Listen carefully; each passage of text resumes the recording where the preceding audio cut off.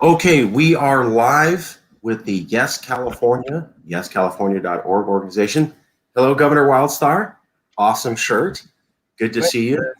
And thanks for bringing the governor with you. Robert, thanks for coming out. Jason, thanks for coming out. Louis Marinelli will be here in a little bit. We got a big show with a lot of updates. We're going to be talking about the gubernatorial recall campaign. Yeah, Robert, if it's possible for you to put up a nice photo of yourself, don't have to, but if you have a photo, okay, he'll be back.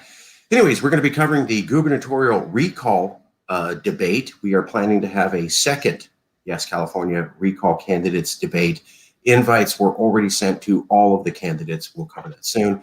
We'll also be talking about marketing the two separate candidates for governor that we're proud to support here. Additionally, we'll be talking about a possible narrative for the next 4 years about how Biden and Trump are basically the same. That's a great looking photo, Robert. Very attractive. Additionally, we'll be covering how to reform the California Republican Party, and we'll be talking about California acting like a nation, even with Joe Biden. So let's get right into it.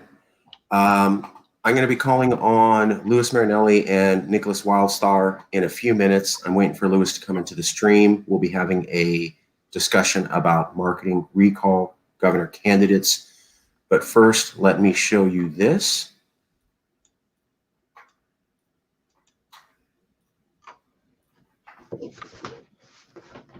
Okay. Oops, that's not what I... Never mind.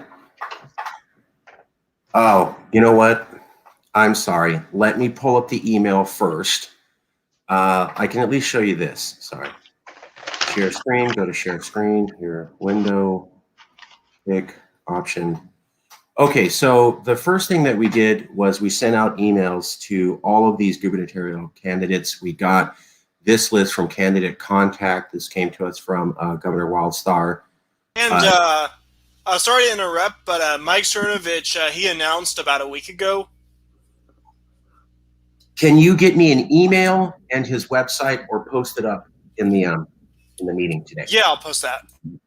Yeah, I'll show you the email I sent here in a second. And it's really easy for us to paste that up. So we reached out to everybody with a contact list showing no favoritism at all. If you had a website and you were easy to find, we reached out to you. A lot of these people don't have websites, like Aubrey Huff. I don't know who that is. There's probably 100 Aubrey Huffs in California. So you'd have to find Aubrey Huff running for governor. But if she didn't make a website, it'd be hard to find her. So not everybody was mentioned. There is Nicholas Wildstar. Here we go. So he received an invite because he's easy to find. Look at that website. This one right here. Very easy to find. Then undeclared party affiliation. There's Louis Marinelli. So what I posted is all I could find for Cernovich. He doesn't have an official campaign site. And his Twitter doesn't accept direct messages. What was the only form of contact you could find? The one I posted under rockfin.com/Cernovich, that he doesn't have. I can't find a direct contact, but I'll look into it some more. We want to have debates every week throughout May and June with different questions each debate. So the last debate that we had was seen as very successful. By the way, Louis, I personally love this, but this is not the way you spell your name. They spelled you Luis, which, that's the Latino spelling, but it's not your real spelling, so nothing but love. Anyways, we did try to reach out to all these people. Emails were sent out to all of them. I will show that in here in a second. If you know anybody who should be in the debate, please send us the contact information. Louis, hey, what's up?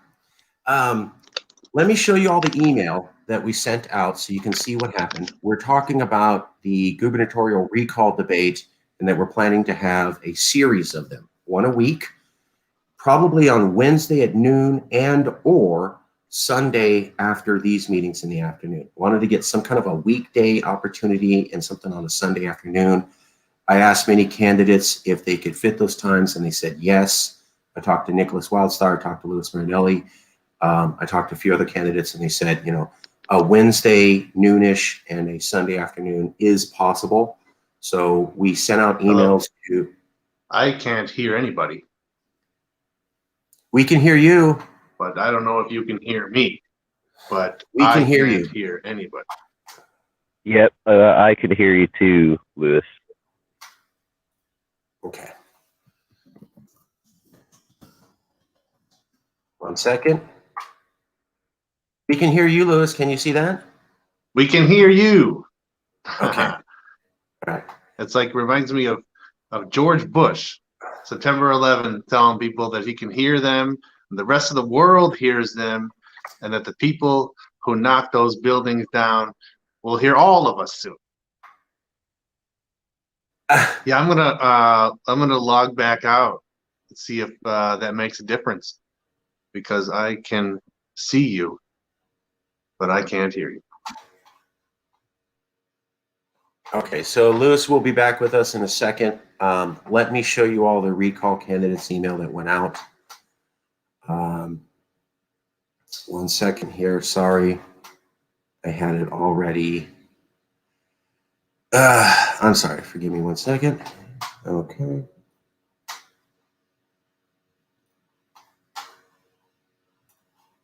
All right, here we go.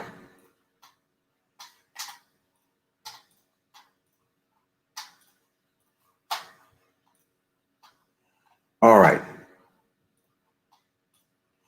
I hope everyone can see this. This is the email that went out to everybody. It said formal invite for, and then it listed their name, gubernatorial recall debate. This is the one that went to Nick. Formal invite for Nicholas Wildstar. Greetings, candidate. This email is from Yes California organization to officially invite you to partake in our next recall candidates debate. Here's a link to the last one so that they could see how well we did. So many people said we shouldn't even do that debate, but we did, and we had a lot of support. A lot of people said that it was a well-done job and we were fair, even people who didn't like the recall effort at all. Then we get down to please join us. Yes. Is it too much to ask if you could read that whole letter off for us? Sure. Okay. Formal invite for Nicholas Wildstar gubernatorial recall debate. Greetings, candidate. This email from the Yes California organization is to officially invite you to partake in our next recall candidates debate. Our debate held on March 1st, before the recall election was confirmed, was an incredible success. See here for the gubernatorial recall debate live on YouTube on March 1st. So many people discouraged us from hosting this event, but we made a commitment and kept it, and the results were astounding. All of the candidates felt our questions were fair and highly relevant to the political climate at the time. Many people who didn't support the idea of a recall still felt this debate was well done and highly educational. Our goal at Yes California was to provide insight to California voters so they could make an informed choice on who their next governor should be. It is our sincerest belief that every Californian will be best served by having all of the facts so as to come to a sound conclusion for their vote. Please join us at one of 3 upcoming debates. We will be having 1 debate per week throughout May to June. During each debate, all candidates will be asked questions that deal with the current issues that we as Californians are facing and what the future for this great state should and could be. We will provide a digital meeting space to host the debate and will provide fair and considerate moderation. No favoritism will be shown, and all candidates will be extended this invitation. Are you personally available to participate remotely on StreamYard or Skype? Wednesday, 12 to 2 p.m., May 19th or May 24th, Sunday, 2 to 4 p.m., May 23rd or May 30th. As we have seen in the not-so-distant past, an election with many candidates can easily turn into an unfavorable environment for both voters and candidates alike. Money and fame have far too much influence on politics, elevating meager candidates to an exalted status, while real visionaries who have a genuine passion in their heart to make things better in California receive almost no news attention. The Yes California organization, we aim to push back against this unfair dynamic and promise to showcase all debates to our network of 160,000 Californians and 400 reporters. This is why we aim to let you speak and be heard. While Yes California does not claim to have the ear of all Californians, we do have a significant portion who pay attention and statistics to back that claim. Sincerely, Marcus Ruiz Evans, President, YesCalifornia.org. Contact information. We will be extending an invite to all candidates. We are using this list as our source. 1 second here. Lewis, can you hear us? I'm really glad to hear it all read out loud. Lewis, can you hear us? I can hear you. And we can hear you. Yeah, Jason, good call. So we just read off the invite to all of the candidates, Lewis. Let me show you that again real quick. And I saw that. Okay. So that invite went out to everybody. And it went out to a variety of candidates. Let me show that list one more time. We contacted everybody here who has a website and was easy to find. Robert Stark brought up that he had another candidate. So if you know candidates, we need an email or a website or something. And we can forward that email to them, or we can email it directly to them. Is there going to be a second election in 2022? So there's going to be two in a row? Nick would know the answer to that. Yes, there will be. So the governor that gets elected in this special election will basically only have a year in office before before we, the people, have an opportunity to reelect a new governor come next year. So we're still going to have a scheduled primary June of 2022. We're still going to have a general election in November of 2022. So whoever takes office will only have a year to show and prove of why they should stay in office, basically. Well, a year is long enough to make California move forward on the path towards independence. So that's mission accomplished. If we win this election with a Calexit governor, 1 year is long enough to get the ball rolling significantly, and in a way that progress would not be able to be turned around. Both of you are candidates. So Louis Marinelli is a candidate. Nicholas Wildstar is a candidate. We showed both of their websites.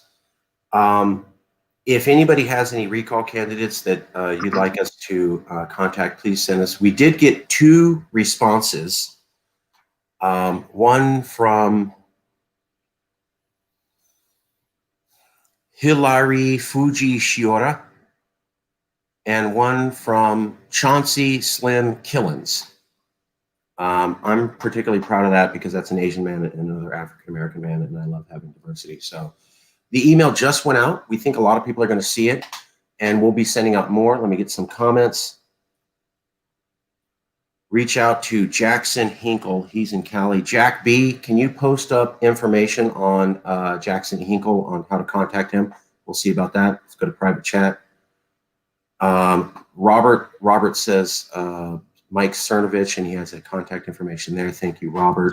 Mike Cernovich, he's not a Calexit supporter, but didn't he discuss something about the issue? I forget what he specifically said, but you posted a tweet about a month ago. That's a good point. Mike Cernovich was a conservative who said that red states and blue states living together in unity isn't working anymore. So, and he had 600,000 conservatives that he said that to. Now, you do not have to back Calexit at all to be in the recall debate. You just got to be a recall candidate who cares about California. We're doing this to show people that we are aware of politics and are reasonable people who understand the political system in depth. We got a lot of accolades and respect from our last recall debate. And a lot of new people learned about Yes California who had no idea who we were. So this is our second attempt to have a series of debates to bring in anybody from California and let them see that the people who are even attached to the idea of maybe we should discuss independence are reasonable people who can hold high-level political discussions. Let's go to another comment. Devil War, thank you. Go Independent California. I'd like to turn it over to Louis Marinelli and Nicholas Wildstar. Both of you are running, and we'd like to have a conversation about marketing. What's the best way for us to market this? What are some of the key messages that we should be using? I'm going to go to Louis first, but then I'm going to go to Nick, and I'm hoping we have a good dynamic conversation amongst two highly competent, well-informed, battle-tested politician candidates for you to choose from. Louis Marinelli and then Nicholas Wildstar. Okay, well, first of all, I think that it's important for the Calexit candidates to push the idea that this is a historic opportunity. And I mean, first of all, historic candidates, to be frank.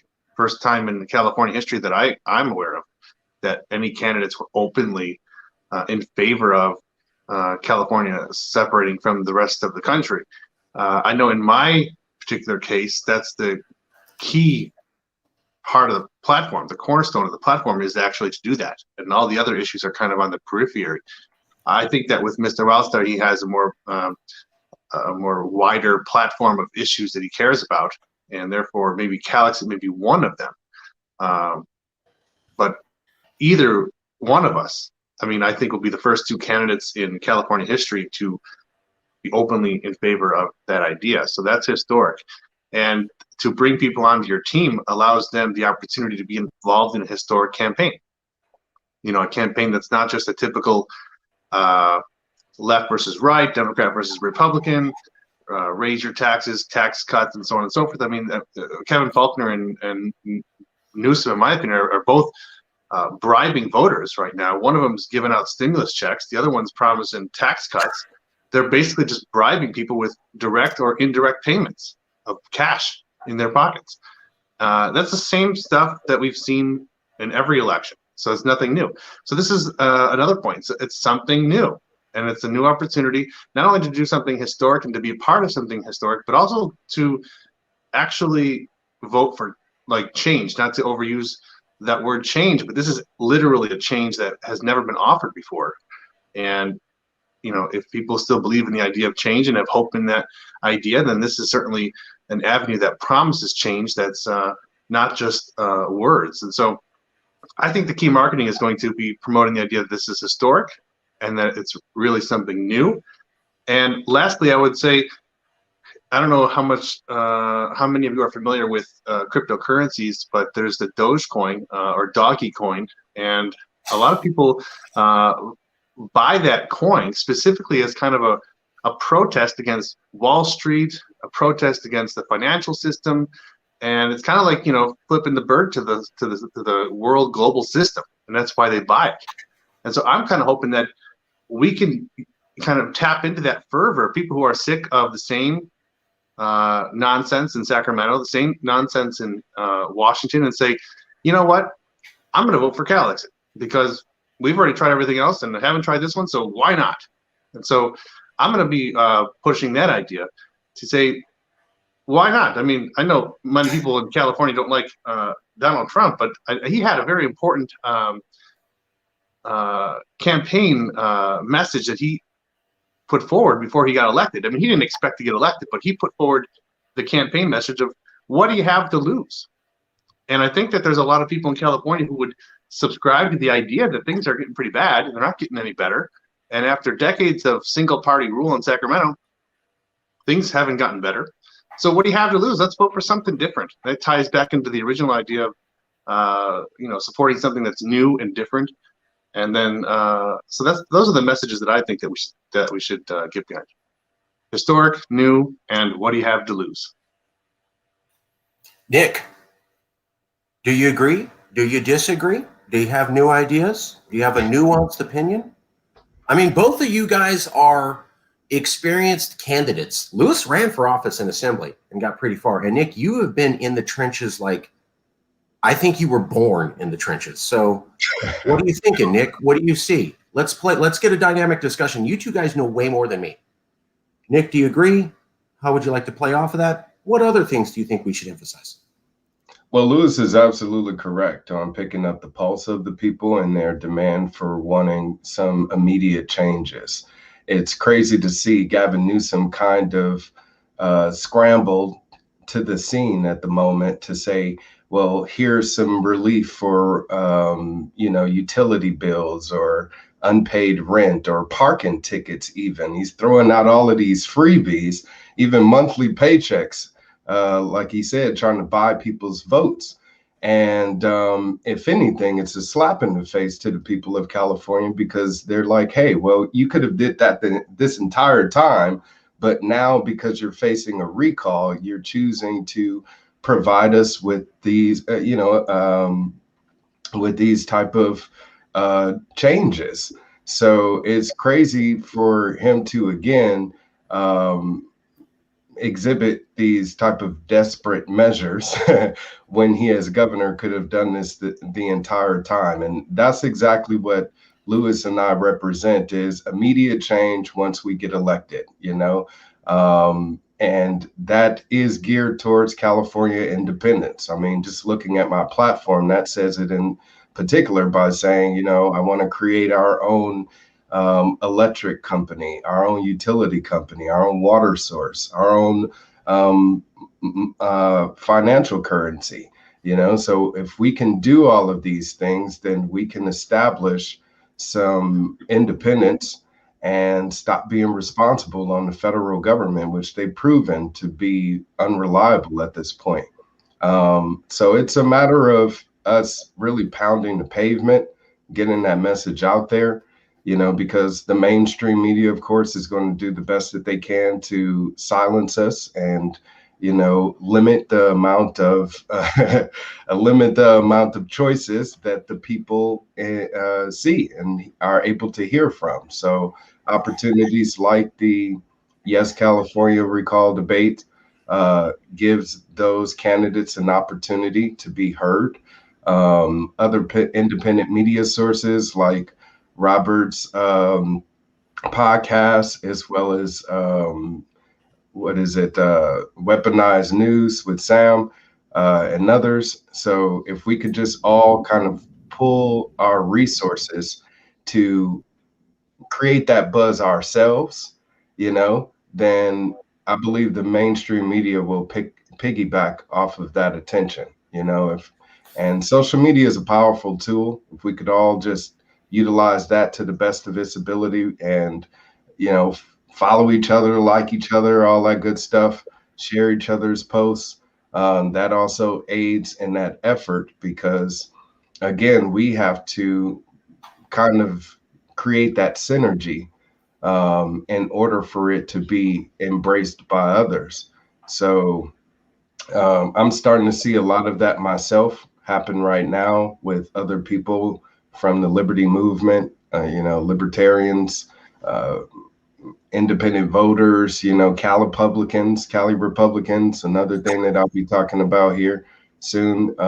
Just kind of seeing everybody pulling together, but it's a matter of us strategizing and mobilizing, so as best as we can sit together and come up with some great ideas on how to pull that off. Then the second part, of course, the most important part, is going out and making it happen, putting those words to action. I could continue. Lewis, what do you think? What do you think of that? Agree, disagree, nuanced, understanding, totally agree? Well, I think that Nicholas Wildstar and I are on the same page on many issues, probably even ideological issues, based on what I've seen on his website. And of course, not on every point, but I think that there's a lot of common ground there. And another thing that unites us is the support for Calexit, which is, I think, something that we've always taken pride in our campaign, is that we've had a diverse slate of voices in our campaign, of members and supporters from different ideological backgrounds. But yeah, I think that, to answer your question, Mr. Wildstar and I are on the same page.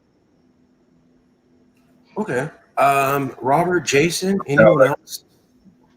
I want to have a mark. What can we do to better market the recall candidates that we are supporting. Obviously, we're going to have the recall debates that'll give people a chance to shine. One of the things that really ticked off was Chauncey Slim, who is a governor candidate and said that he would go to the recall debate. He specifically pointed to our email that went out where we said the media is unfair. It promotes kind of milquetoast candidates to the top, and real visionaries who have an actual plan never get to be seen by the public. And that's not democracy. Democracy is the public decides who they like with what vision, not someone up in an ivory tower goes, you don't even get a look at those people. We picked the top 2 people who are most reasonable for you.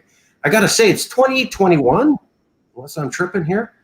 And the top candidates are a Caucasian male in a fully Caucasian family with no diversity versus a Caucasian male in a fully Caucasian family with no diversity versus another elderly Caucasian male in a Caucasian family with no Caucasian diversity. So Lewis speaks many languages. He's a personal friend to me. I'm Latino. I've seen him. He ran in a Latin neighborhood. He ran an assembly in a Latin neighborhood trying to speak Spanish. Okay. Marcus, I would point out though that, I mean, to be honest, I am a Caucasian male in a Caucasian family. I would point out though that in California, saying that we're just putting it out there because it's true though. I hope you're not going to try to make it seem like I'm not a Caucasian male. Right. So what I would say though is that you taught at a university to many Muslim people and many people from around the world. You have traveled to other countries. You are fluent in a foreign language. You married or have interacted with a foreign person and spoke a fluent foreign language. And you have been really good friends with a Latino, myself, and you ran in a Latino district. John Cox, Kevin Faulconer, Gavin Newsom have nothing close to that at all. And the reason that I'm okay making that statement was when we had the first recall debate, we had Dakota Vaughn. And even though he said some things I didn't like, he goes, well, I'm married to an immigrant and I'm trying to learn Turkish. And then we had Grover Calthorpe, and Grover brings on his multiracial family. It's 2021. The candidates that we have that are at the top have nothing close to the diversity that you have already exemplified in your life, Lewis.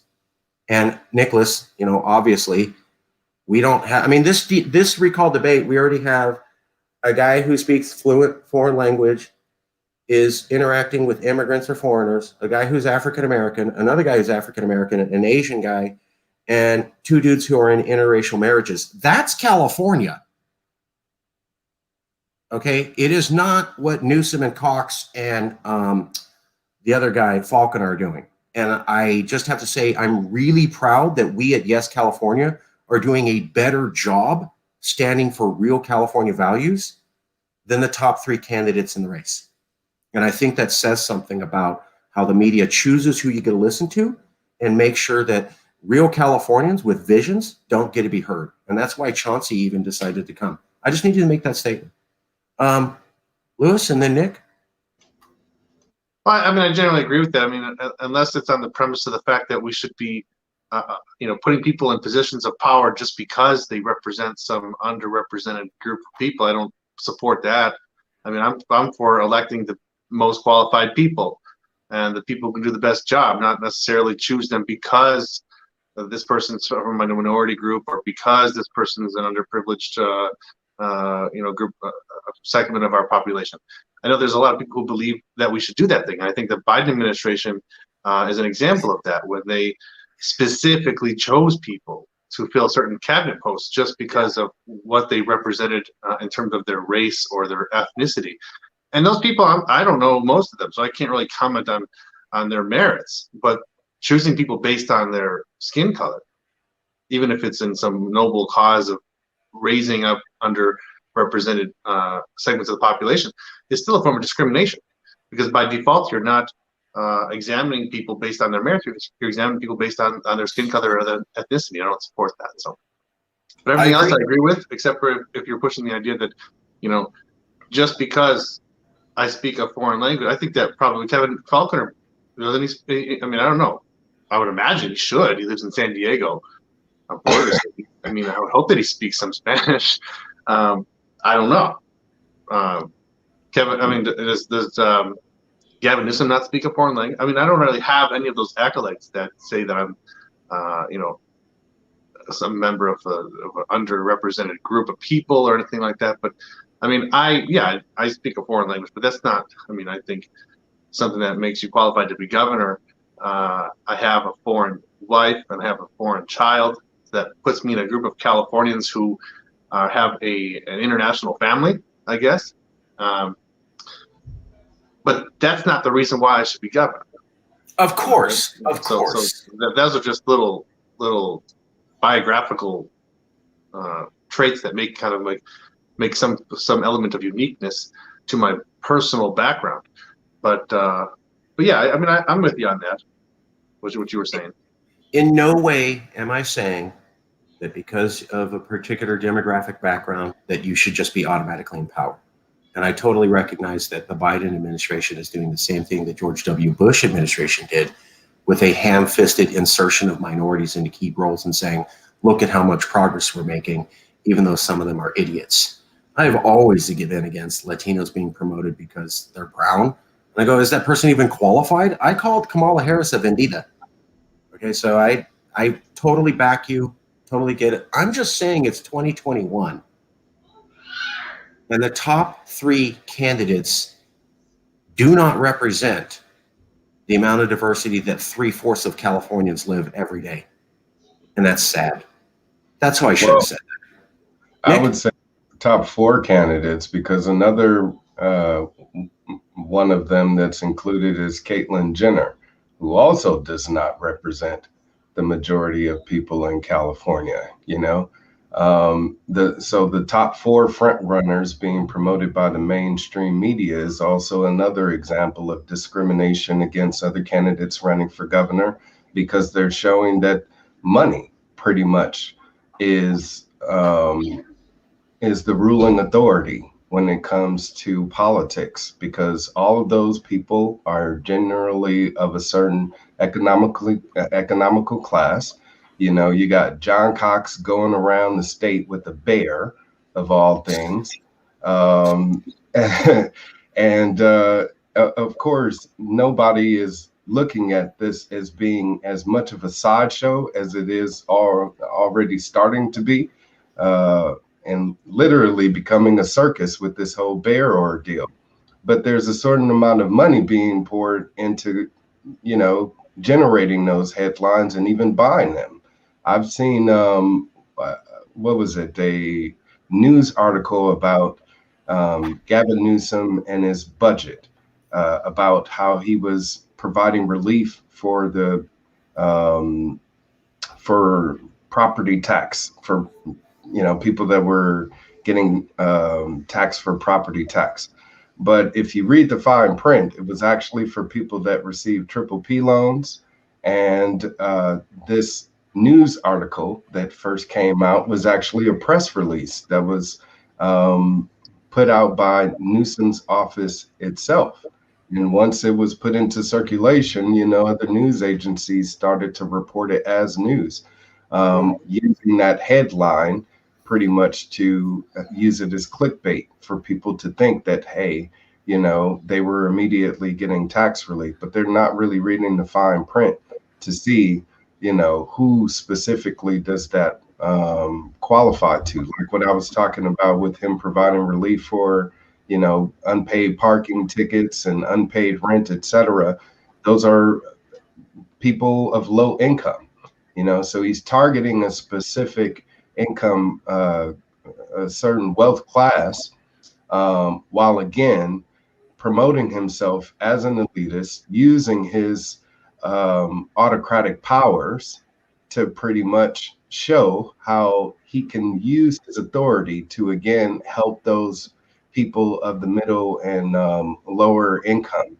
But what he should have done is done that this entire time.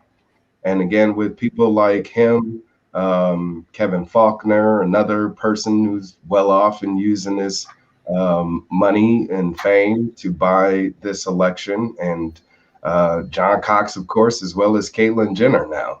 They're all using their money and fame to sort of buy their way into the headlines and into people's psyche as being front runners for this gubernatorial election, as well as this special election, because I think it was Lewis or somebody that asked about it being 2 elections. So whoever probably loses this time around may run again or continue to run into next year. So it's a way for us to, again, kind of see what's going on with the political scene. And we definitely got to make sure that the people of the lower income and middle income in this state, the hard middle class workers, are represented and are heard, because they're going to, again, be silenced by this, mainstream media machine. I saw Jack B ask a question about what happened to the link that was sent. I'm not really sure what he's talking about. Jack B says, Wildstar, what happened to the link I sent you? Google again. So Jack B, make a comment, and we'll get that to Nicholas Wildstar.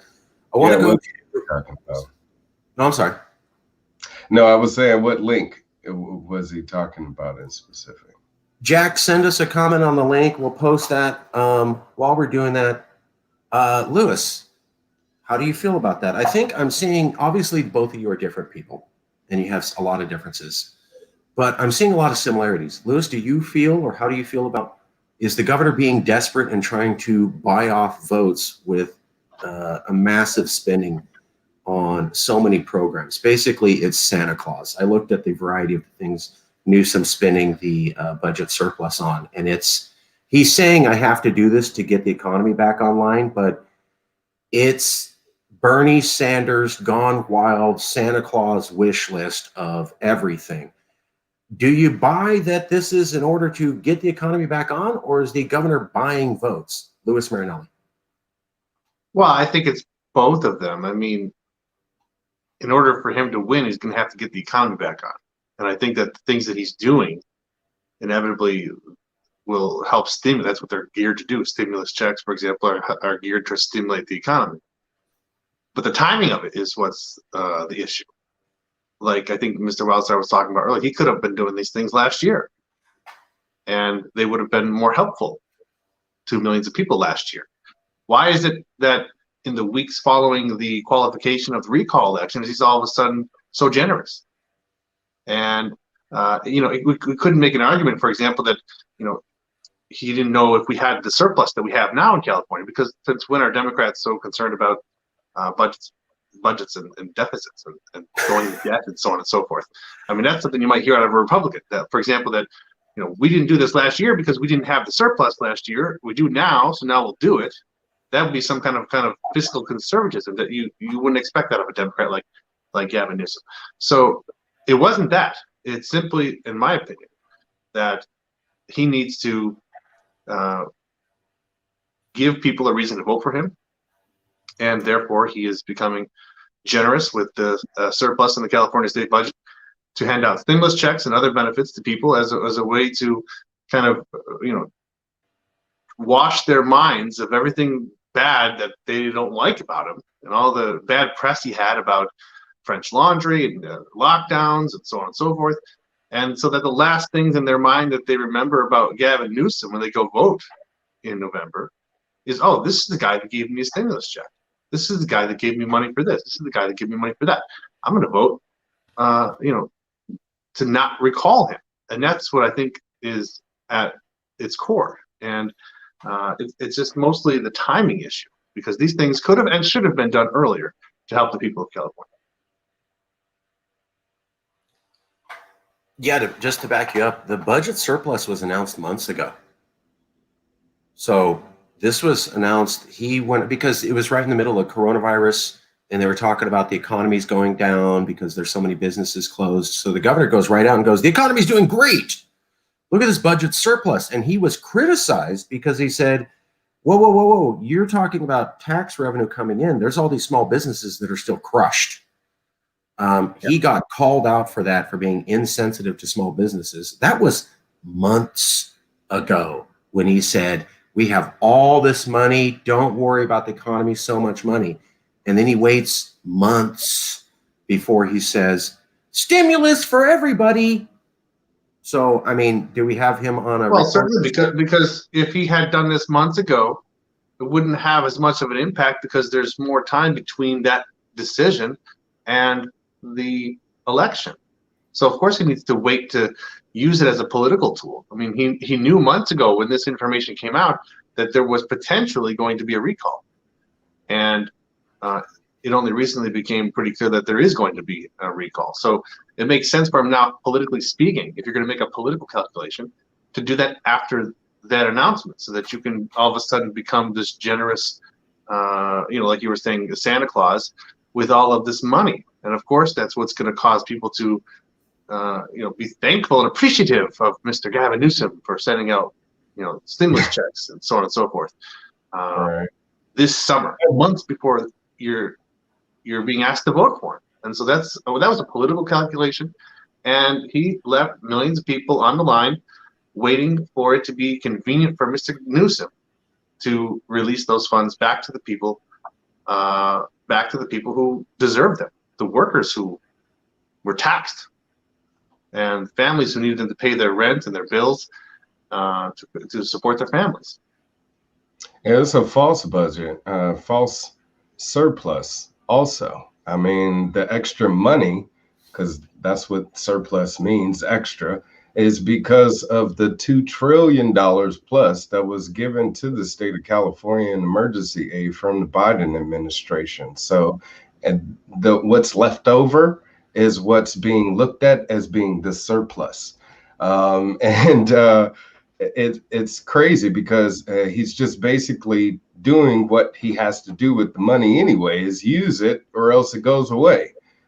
So he's finding a way to do that by giving out freebies. He's, waiting until the last minute to give that money away and distribute it so he can look better going into the special election where he could possibly be removed from office. So it's sad that this false budget, again, is based on fake numbers. It's not like that he denied any federal aid at all, like other states did. Had he refused any, federal aid, and then the state of California created a surplus of its own based out of the amount of revenue that the people of the state were creating, then yeah, now you have created a surplus, a positive budget. But even still, you got too many bills to pay. The unpaid liabilities, that's trillions of dollars on its own. And we can't continue to let that go, or else we're digging generations into debt. And so we got to stop that bleeding somehow, some way. He hasn't addressed that at all.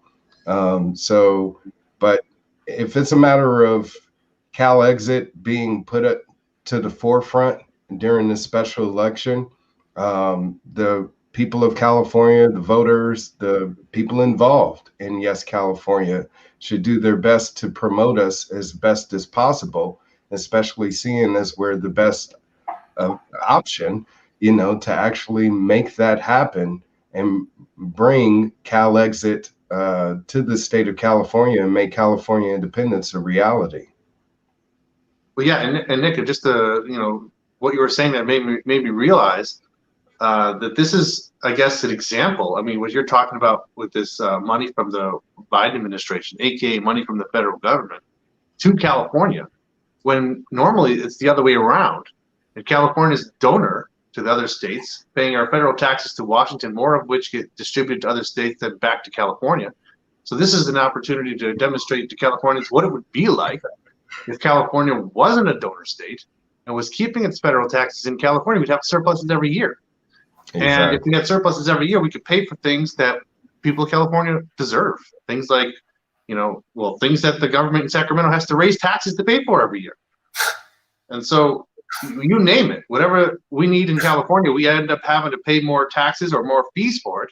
And the reason for that is to a large extent because we lose tens of hundreds of billions of dollars every year to the federal government, which takes our taxes to the IRS and then redistributes them to other states, many of which are conservative red states in the American South who have nothing in common with California culture and values.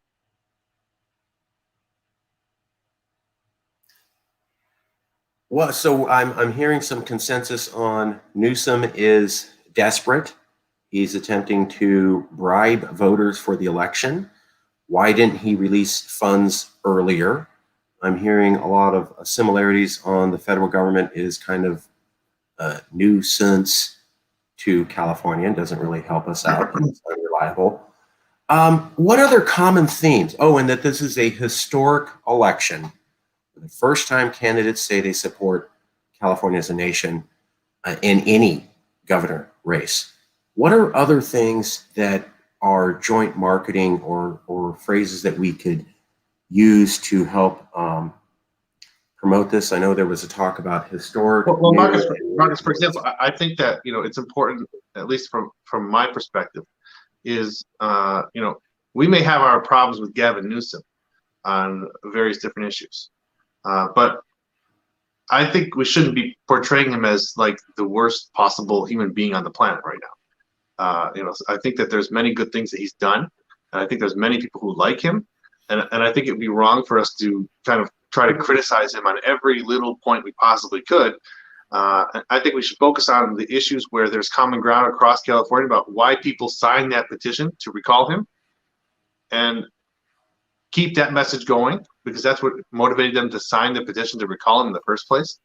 While admitting that on some fronts he's done things that many people like, and he's done things that are generally good for California on some issues, but we need to recall him because of points A, B, and C. And we can replace him with a candidate who supports Calexit because of points A, B, and C, while maintaining some of the things that you liked about Gavin Newsom. So, I mean, at least that's what I intend to do is to, remind voters why they wanted to recall Gavin Newsom when they signed a petition last year and early this year, to highlight some of the similarities so that they're not losing all of the things that they liked by recalling him. There's Californians, don't forget, elected the man in 2018.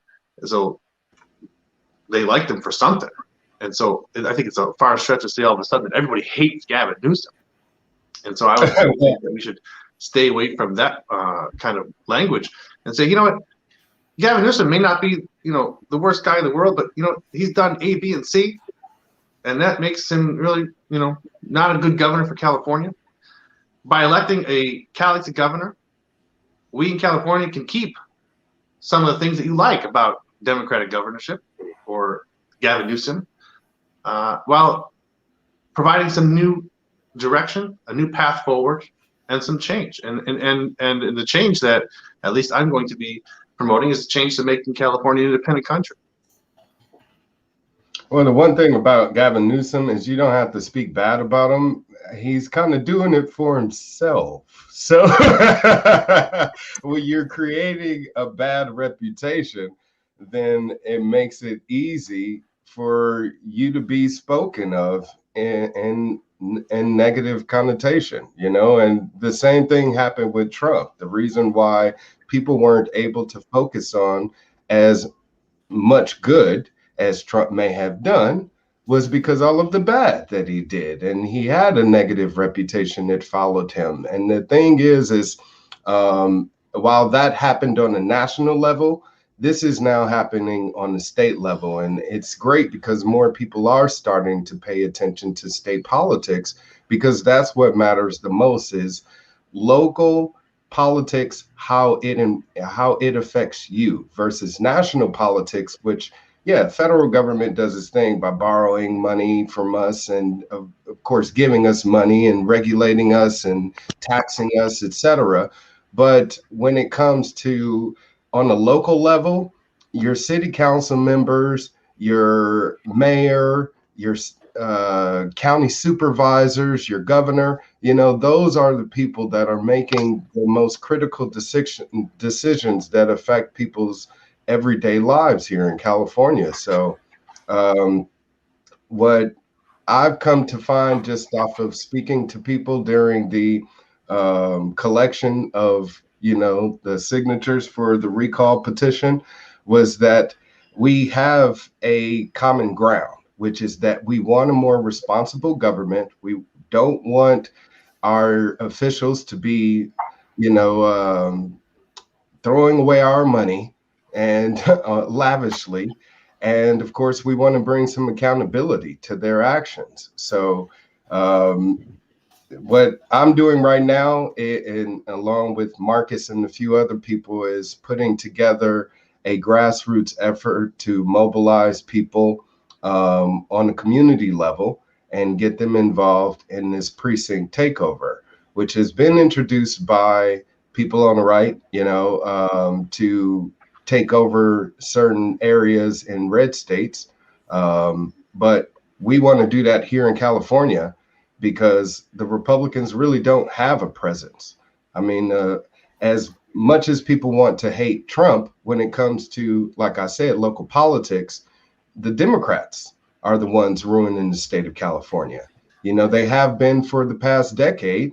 And, you need to look no further than your local government officials to find that out.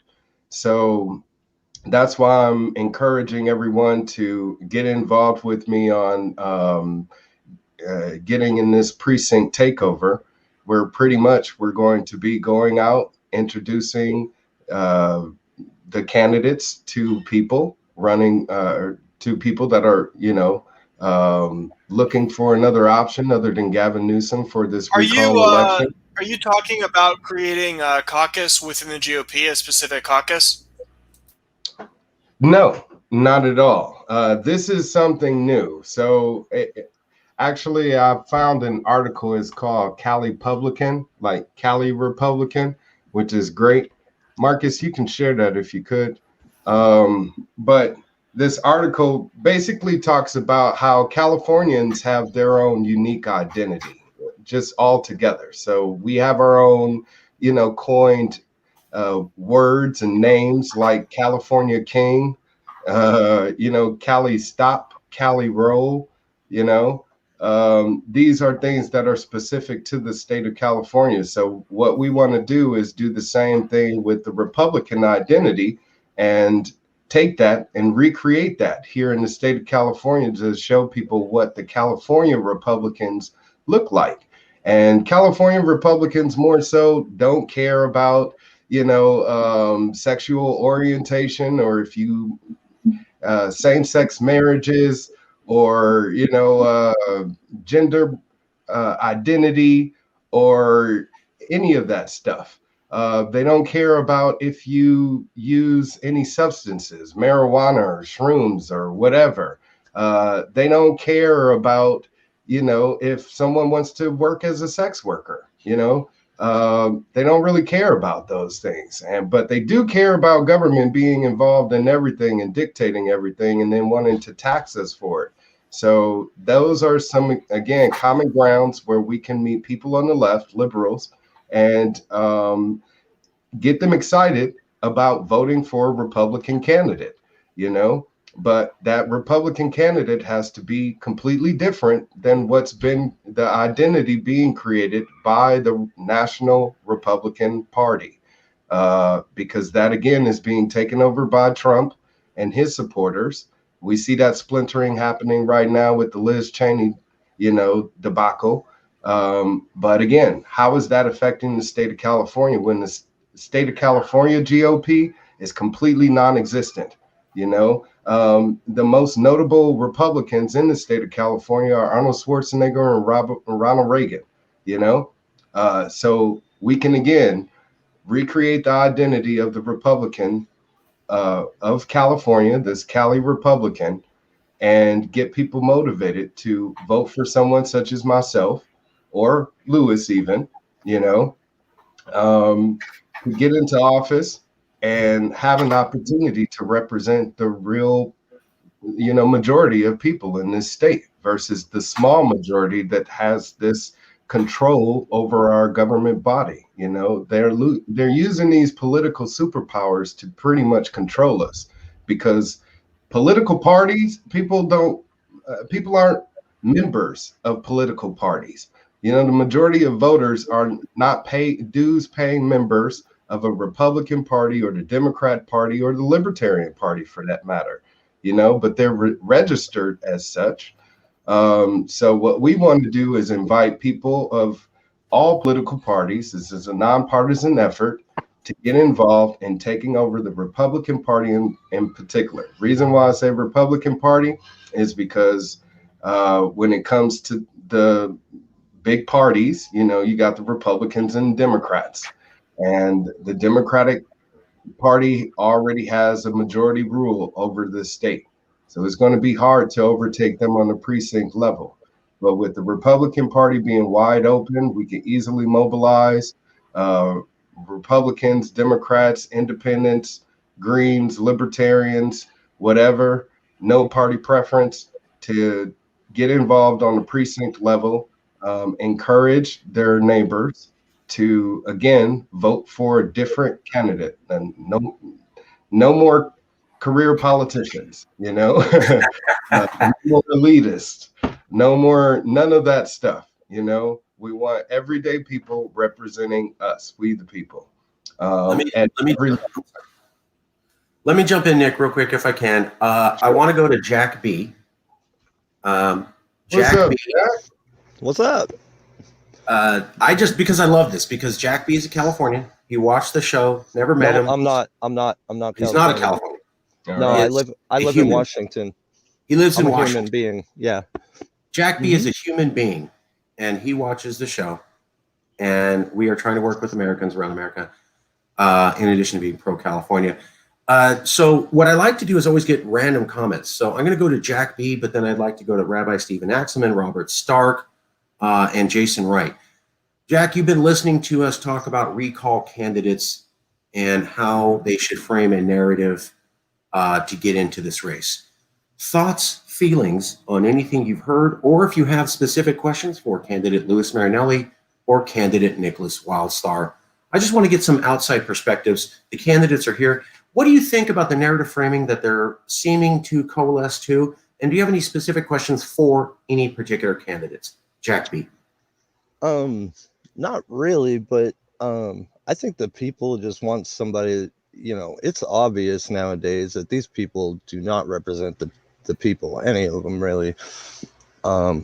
So I think the people just want somebody down to earth. You know, Trump was that guy that came across at first. He said, hey man, we're gonna blow this 9/11 thing out of the water and, you know, expose it. And the next thing you know, somebody's whispered in his ear and he's quieted down, you know. So it's things like that, you know, if you're really a red-blooded American, I think Trump should have said, well, to hell with you guys, we're going to expose you, period. You want to murder Americans and then go create wars somewhere else. And I think things like this, you know, supporting Israel when they're doing, you know, obviously breaking international laws, now with the vaccine, the Nuremberg Code, like every part of it, like if there's 15 things, we're breaking all 15 of them. I can't remember how many it is, but, you know, it's just people just stay silent on these things because they think, you know, the mainstream media, for one, is not going to promote you if you're anywhere against the narrative, you know.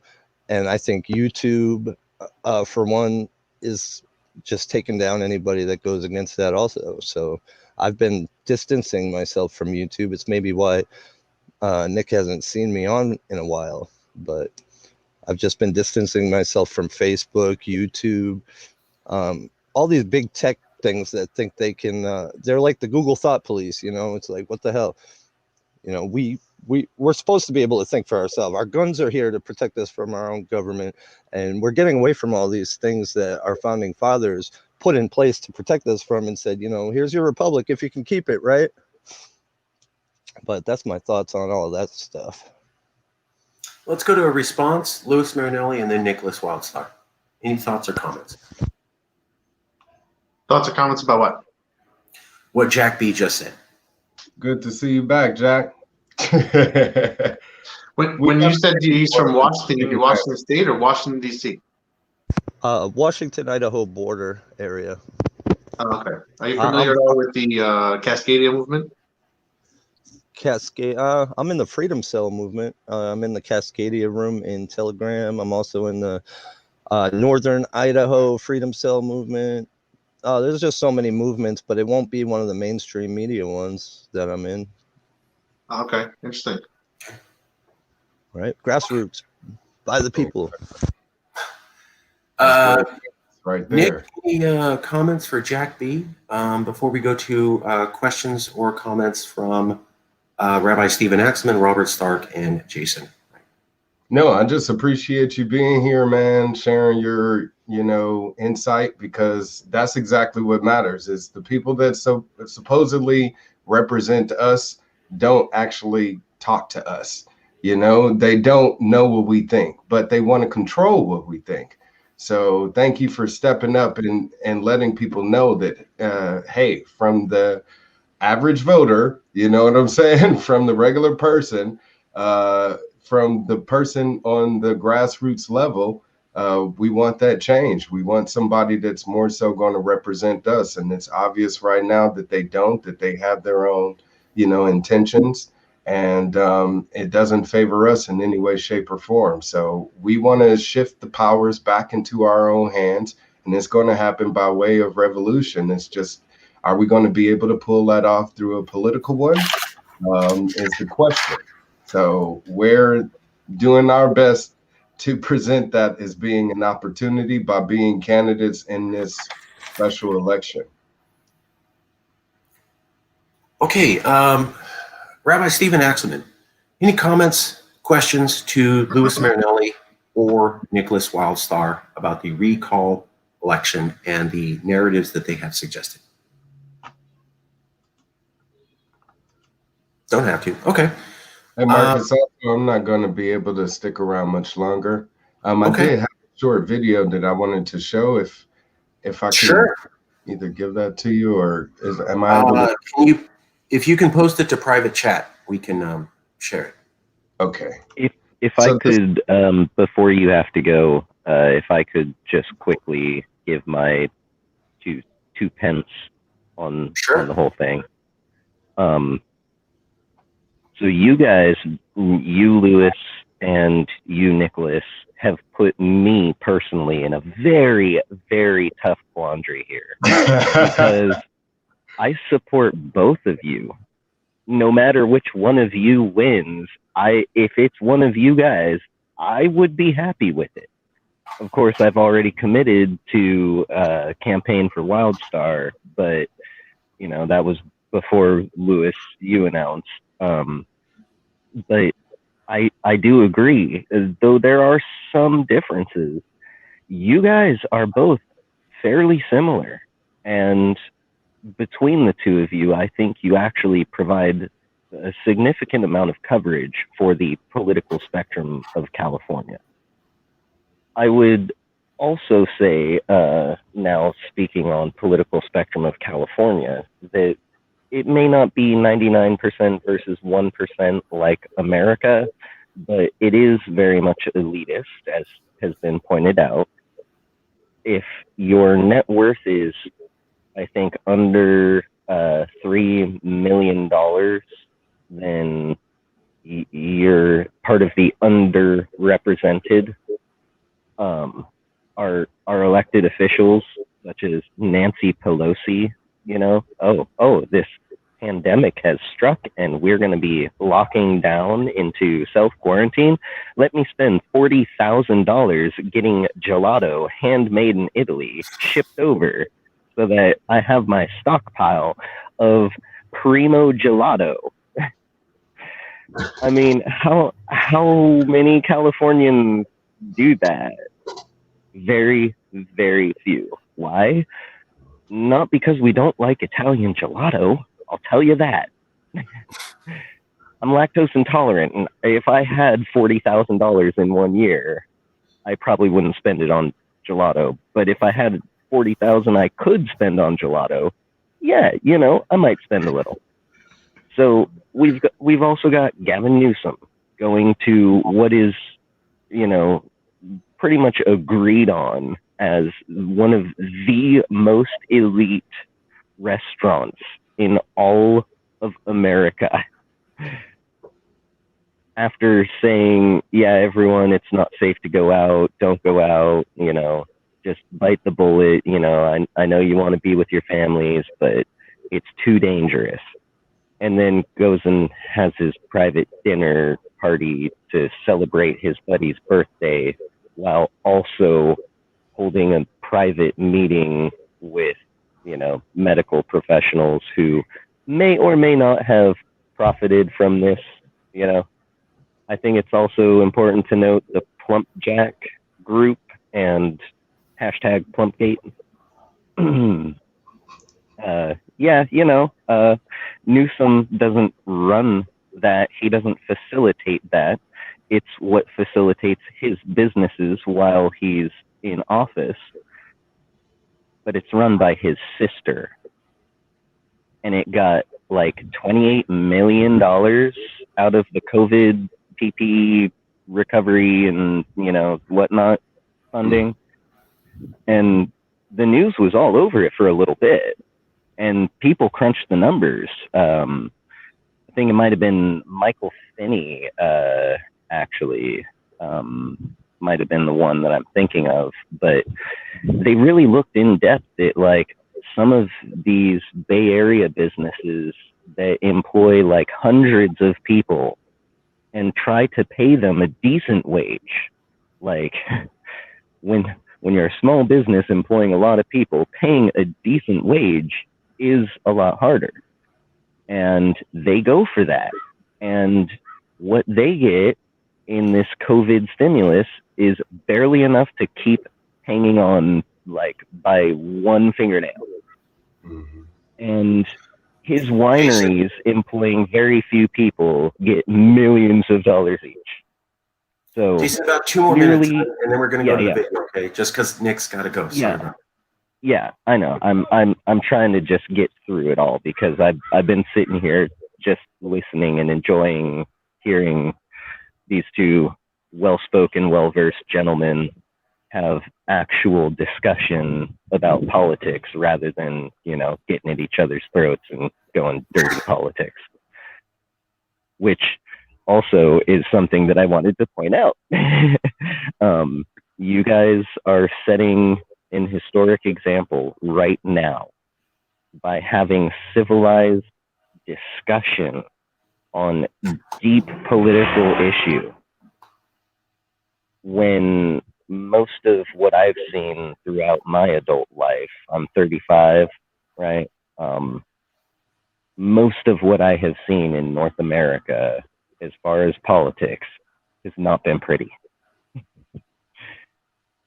So I commend you both on that. And I would like to point out that right there is setting a good example and a very high standard.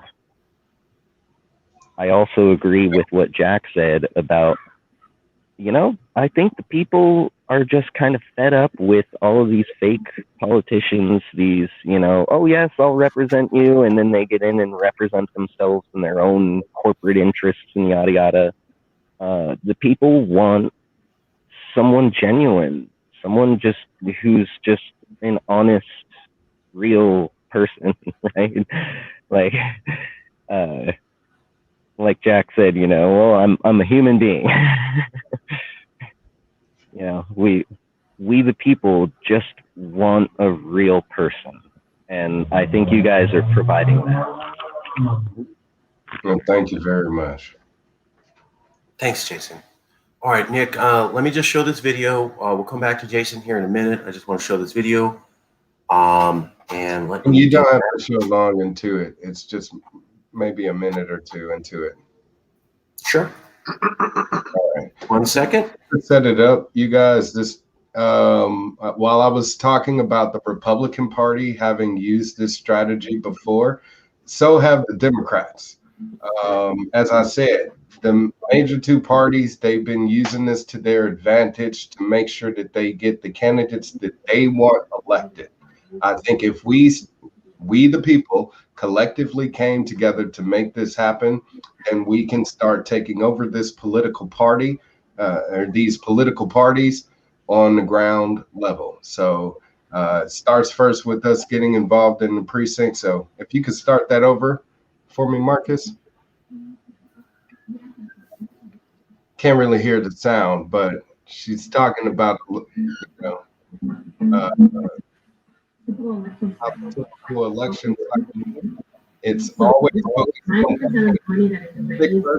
on all the money that's raised goes into campaign, all of that stuff, staffers, promoting them, etc. And then after the election cycle, what happens? It all goes away, you know? So what we want to do is change the dynamic of that, make sure that we're always staying involved in each election every 2 to 4 years. People forget that, you know, every year in between the presidential election, you have a gubernatorial election every 2 years. You know, in this case event, we're having the special election before our next gubernatorial election. So we got to let people know you're going to have 2 opportunities to do this and get a new governor in office. Marcus, you can stop it here, I believe. Oh, actually, no, I apologize. That was actually where they break it down. 1 second.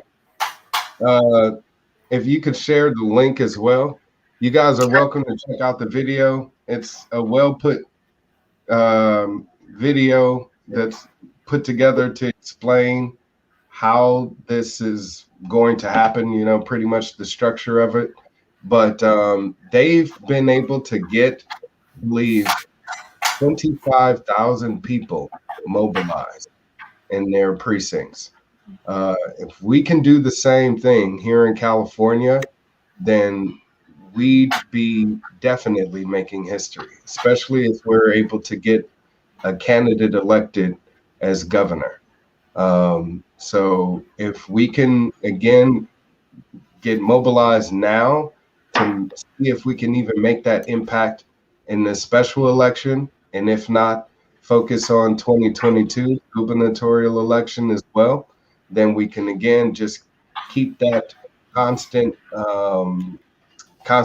momentum going to change our political government here and structure here in the state of California. So please check out the video when you get a chance. It's all about increasing voter turnout and, of course, making sure that we're able to use that voter turnout towards electing a candidate that we want to get elected versus the special interests, the unions, big banks, etc. You know, this is a way for us to compete with numbers against all of the money that they have, because they may have money to buy, you know, commercials and billboards and news headlines, etc. We don't need any of that. If we can reach out to people, meet them face to face, get them in these Zoom meetings like they have here, like we're having now, you know, look, they were able to train over 3,000 block captains, but mobilize even more people during these elections. So if we can do the same thing, just mimic what they're doing here in California, even just the smallest bit, then we'd be making a tremendous impact towards a better California. So please check that out whenever you can. I got to get out of here. I got family day with my family. But much love to you all. It was a wonderful conversation. Lewis, we definitely got to talk more, man. And Jason is right. There is a possibility of having a friendly debate, you know, an exchange of ideas when you have California's real values at heart, you know. And this is a competition. So when it boils down to it, of course, people are going to have to choose, you know, between who they feel is best. But if we represent each other in a manner to where we focus more so on what we want to do to make California a better place, opposed to tearing each other down, then that'll give the people of California a better opportunity to make a more focused determination on who they feel like would represent the people of California best. So thank you again all for your time, and I'll see you next time. All right. Long live liberty. Lewis, thoughts, feelings on what you saw? don't have to, but you're the other candidate.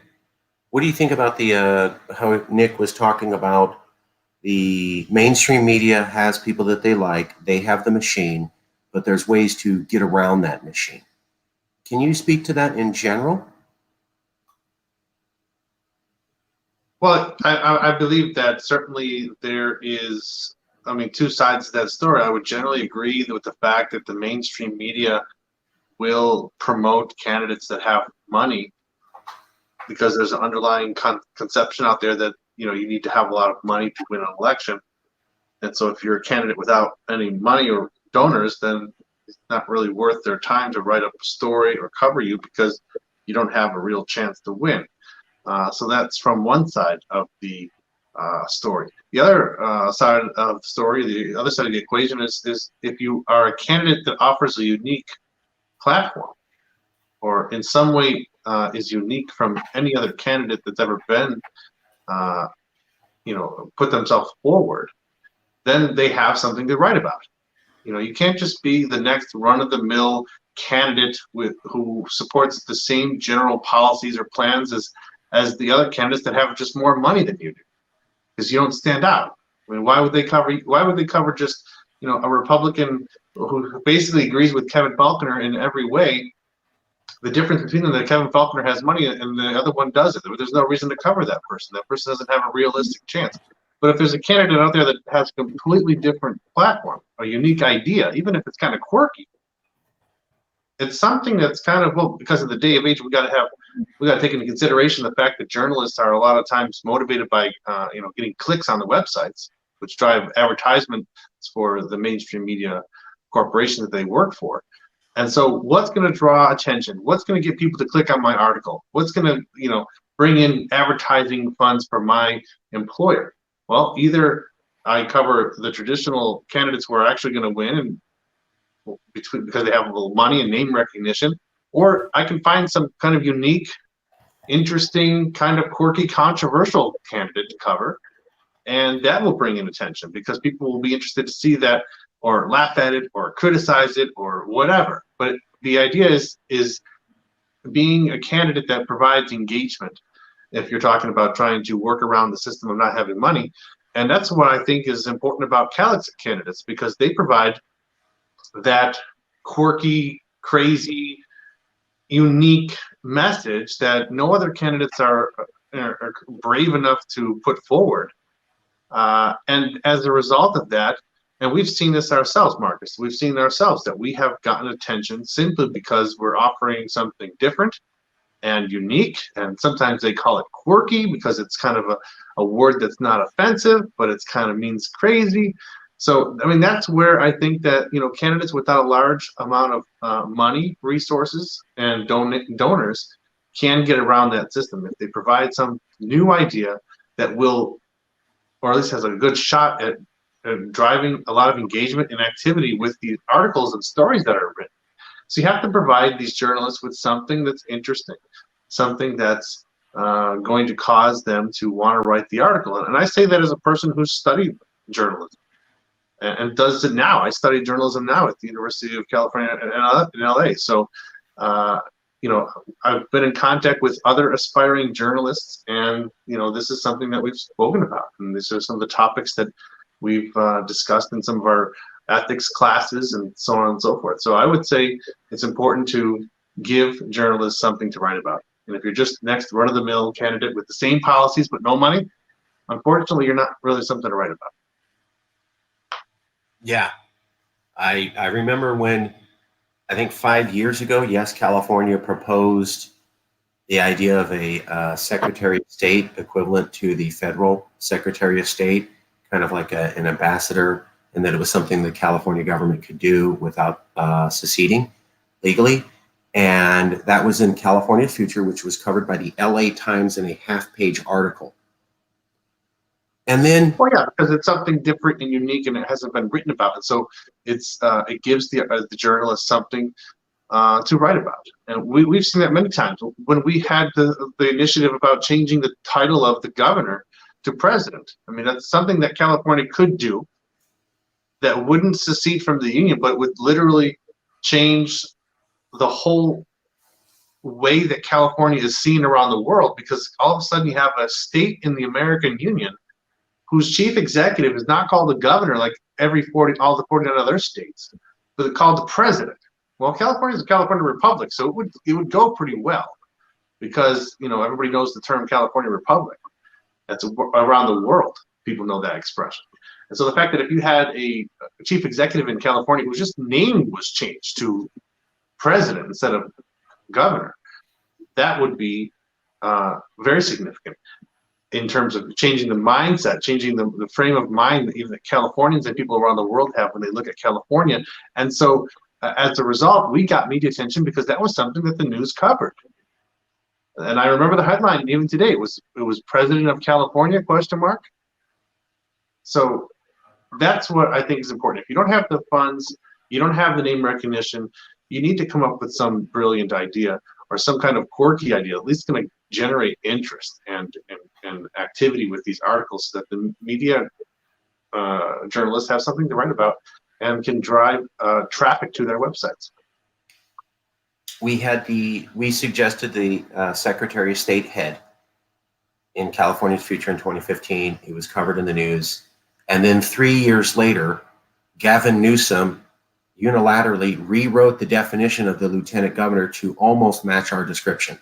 Now, I can't prove that he saw our book or saw that LA Times article, but what an incredible coincidence that we were the first people to suggest something in mass, and then it was covered. I also found it an incredible coincidence that we had suggested that the governors of Baja, both parts, and California talk about some form of unification, possibly. And then 2 months later, Governor Brown announced the first meetings with the Baja governors. I also found it interesting that we had talked about, as you said, the president of California, something that they could do. We also talked about a state bank.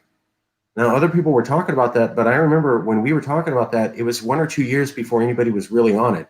And now it's another popular idea. So there is a history of, yes, California suggesting radical, well thought out ideas, and then magically everybody starts talking about them 1 or 2 years later. Again, I cannot prove a link, but wow, what an incredible chance coincidence to happen repeatedly over and over and over again.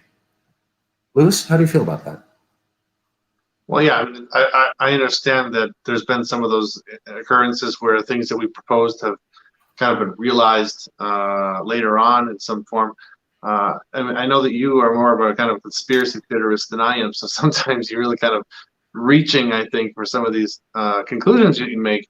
But no, it's true, though. I mean, regardless of the joke, it is true to some extent that we've proposed things that have been described as crazy or quirky in 1 year, and then shortly thereafter, after it generates a lot of media attention, specifically because it's crazy and quirky, somehow some form of it becomes a reality. And so we continue to do that. And the big dog in those lists of ideas is California's separation from the United States. And so as long as we keep promoting that idea, according to history and the idea that history repeating itself, then eventually that idea will come to happen as well, even if it's not you or I that make it happen.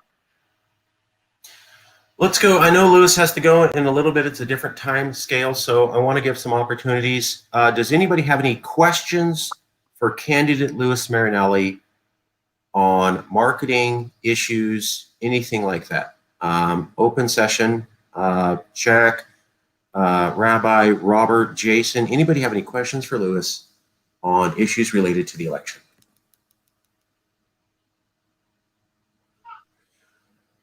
Okay, well, let me cover. I'm sorry, Jason. Sorry. No, Jason, please. Yeah. So I recently, I'm not going to say who because they are a prominent figure in my community, but was recently just having a open discussion about political scenario and situation in the state of California, and like the state of things here in California, and the recall came up, and while she agreed that she could see that there is some point to it, she very just, frankly asked, like, what's the point in spending the extra money doing a recall if he's just going to be gone in like 6 months anyway? My answer was, well, it has yet to be proven as far as embezzlement of our taxpayer dollars and funds through the PPE scandal, Plumpjack, and all that. But do we really want to give 6 months more to someone who may potentially be committing a very serious crime through use of, holding office? And she thought that was a decent point. I've seen numbers before, because I've seen this question come up before. I've seen the numbers that show how little it actually costs for the recall to happen in comparison to how much money California is like hemorrhaging out due to locking down with no real plans and all that. So my question to you is, how would you answer this? What would your answer be if someone came to you and said, okay, I can kind of, understand it. I'm not questioning the why. I'm just questioning, do we really need to do this now? Are you asking me that? Yes. Or Marcus? Yeah. Okay. Well, I mean, my general position is this. I think that, the problems that California has are the result of decades of one-party rule in Sacramento. And, I mean, because the Republicans haven't had a majority in the legislature or the Senate since, I think, even before I was born. I can double-check that specific date, but at least decades of Democratic control of both chambers of the state legislature. And therefore, as a result of that, any of the problems that exist in California can only be attributed to Democratic control. Whereas if you say the same thing about America as a whole, you can't really say that because we have had Republican presidents, Democratic presidents, Republican majority in the Senate, Republican majority in the House, back and forth. There's a pendulum there. So you can't really attribute the successes or failures of the United States to one particular party. But in California, it's the Democrat Party that's been in control for decades. And therefore, the problems that exist, and the successes, to be honest, are attributed and can only be attributed to the Democratic Party. And right now, what I think that we're focusing on are the problems that we have in the state are many, and a lot of them are getting worse. And the fact that that is the case means that why should we wait another year and allow things to continue to get worse when we need to have change to turn things around? I mean, the Republican is talking about a California comeback, but I'm talking about in my candidacy, a new path. Not that, I mean, comeback refers to going back to some place where you previously were. Well, to what place does Kevin Faulconer want to bring us? What point in California history does he want to come back to? I mean, that's an important question I think that we should ask. I mean, maybe he's going to talk about the 1980s, before California became a donor state. I mean, it's a question to be asked and answered. I mean, come back to what? My campaign is different from his because I'm saying set a new path forward. Let's not turn around and go back somewhere. Let's just change course. And why should we wait another year to change a course when we know we're going in the wrong direction?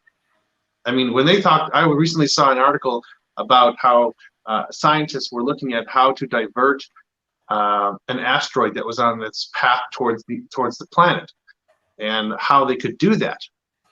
And they said that one of the best strategies that they've come up with is sort of launching some projectile at this asteroid to nudge it off its course. And even if it nudged it off its course a little bit over a long period of time, because of the great distance it would travel, that little bit would turn into a great deal. And so from that same perspective, I say, why wait another year to nudge California off at a different course? Because each year counts, And I think that we can make a difference if we make a change now. I mean, it's not going to be the end of the world if we wait another year, but I think that why settle for less? And so that's kind of the position that I would take on why we should act now. for this recall. Wow, Jason, thank you. That was very, very well said and very clear. Thank you. Jason, do you have any other awesome questions for Lewis to knock out of the park?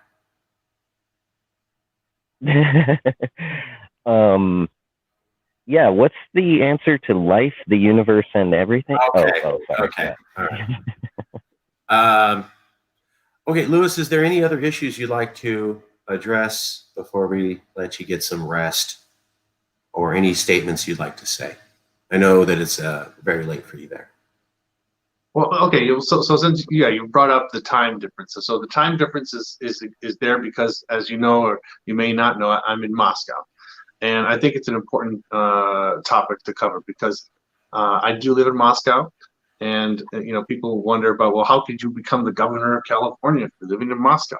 Well, there's two approaches to this answer. First of all, there's a couple of requirements for becoming the governor of California. One of which you have to be a United States citizen. Well, I'm a United States citizen.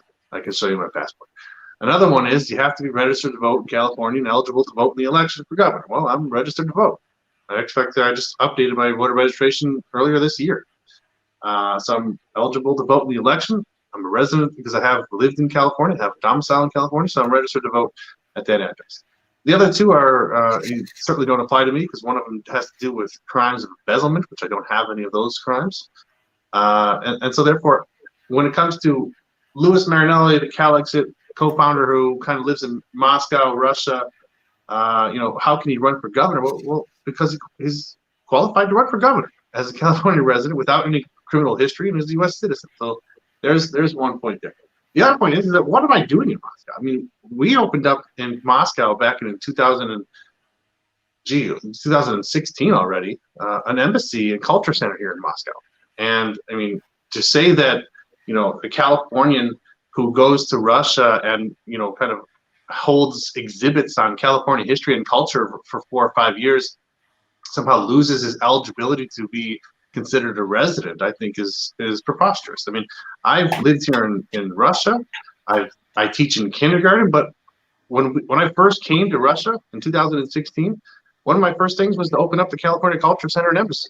And we've had exhibits. We have an open exhibit now at the Embassy Center in Moscow, where people come and visit, and they see portraits of Jerry Brown, even Gavin Newsom, other important figures from California's history, and we hold exhibits there and talk about California culture and value. So in that respect, I mean, I'm in Moscow, yes, but I'm doing the work of promoting California and its history and culture to a foreign audience and teaching people about what California is about. And I don't think that means that just because it's happened over a number of years, that somehow I lose residency or I lose the ability to participate in public in the public arena in California. So I would just like to talk about those topics more often, because I think that those are going to be some of the questions that the people of California are going to want to know and have the right to know the answer to. We have, when Lewis was there 2 years ago, we had an exhibit in Moscow by Yes California, where we celebrated the history of LGBTQ rights in California, in Russia, the same year that Putin and others were talking bad about LGBTQ rights. That's right. The same. It was an exhibit, of course, an exhibit in a city, Moscow, which doesn't allow for gay pride parades, and so you can imagine particularly how difficult it was kind of to get the people responsible for allowing me to do that to agree to allow me to do that. But we did it, and we had an exhibit on that topic in Moscow, and I think it's potentially maybe even the only ever exhibit on that topic in the history of Russia.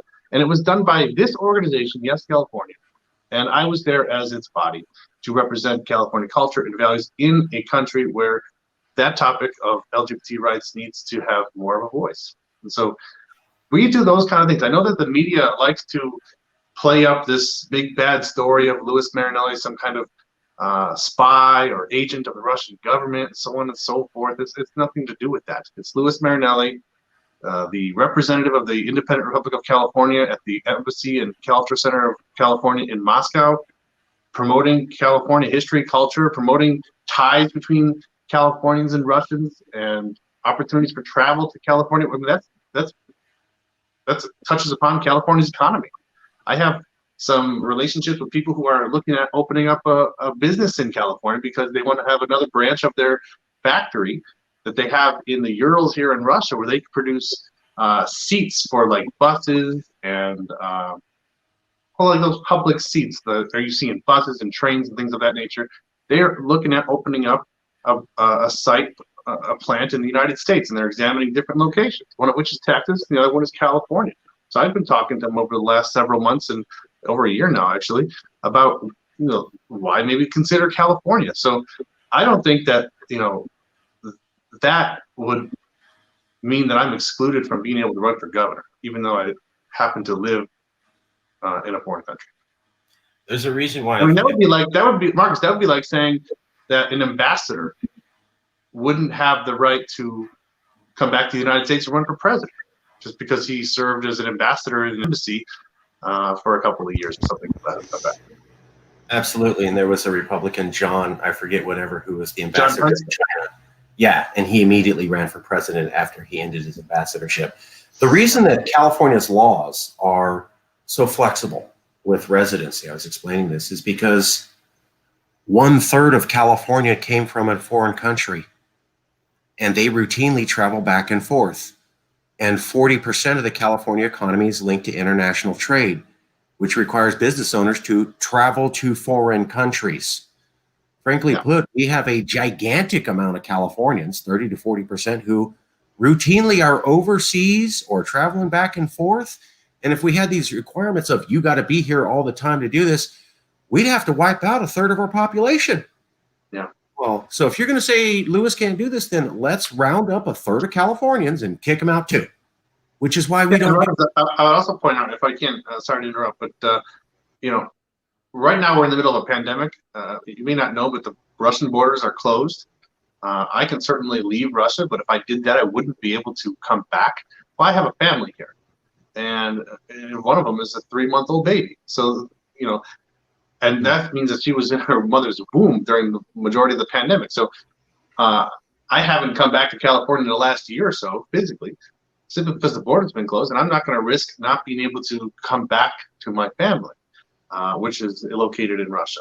Now, on the flip side of that, the good news is that finally, due to the embassy here, the United States Embassy anyway, in Moscow has announced that they're recontinued, or let's say their word would be, continue American citizenship services here in Russia, which means that on May 26th of this year, so in a couple of weeks, I'll finally have the appointment I needed to go and register my daughter's birth abroad, which gives her an American passport and an American birth certificate, so that we can then go back to the United States and run for governor. I also, if I may, I want to add one thing. People were like, well, why isn't he running and why isn't he back here? And what I like to point out to people was, do you know what's happened 3 years ago? The media said all sorts of horrible things, and they were all lies. And we had 3 separate investigations say nothing happened. I personally emailed and called 35 reporters saying, hey, you suggested something horrible. And now we have 2 federal investigations and 1 California government investigations, and they say it's not true. Could you at least print the truth? Not one would do it. And so I say to people, how's that fair? You trash a person's name, you put out rumors, it's all lies, official investigations are held, it's totally cleared, and 35 reporters who pass that rumor mill can't update their articles with the truth from official federal and California political investigations? Oh, well, Lewis, you should stay shamed and punished because of lies told against you when the truth has come out, and the system will not be fair and not be accurate. And we're supposed to bow to that? Yeah. Now, when I'm telling people, that ain't fair, and I'm playing your game. Yeah. If I could just add to that, I mean, I've heard people ask, because of those stories they wrote, like I mentioned earlier about being a Russian spy or a traitor or something to that effect. Why not pursue these journalists for defamation, of character? And it's just not possible, though, because I qualify as what's known as a limited purpose political figure or a public figure.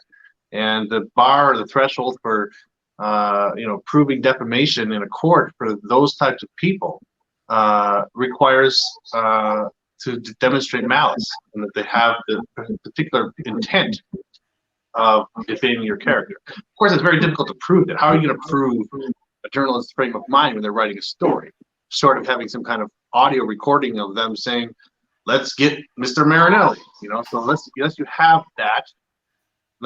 that kind of audio or those emails or something to that effect to prove that they had the specific intent to intentionally defame someone's character, you can't really win in a defamation case in court with limited purpose public figures, such as myself. A limited purpose public figure is someone who kind of inserts themselves into a public issue and makes them kind of a name for themselves on a particular public issue. And therefore, because that person, Supreme Court's ruled that because the person has voluntarily inserted themselves into a public issue and become a voice of that public issue and garnered attention doing so, they don't get, there's a higher threshold for thresholds for journalists to be charged with defamation. Whereas if I was just a private citizen who wasn't involved at a high level in Calexit, wasn't throwing myself into elections and ballot initiative campaigns and things of that nature, if I was just a public citizen and they wrote these stories about me, then I could sue for defamation because I wouldn't be a public figure. So that's basically why we haven't been able to do that. We just had to live with it.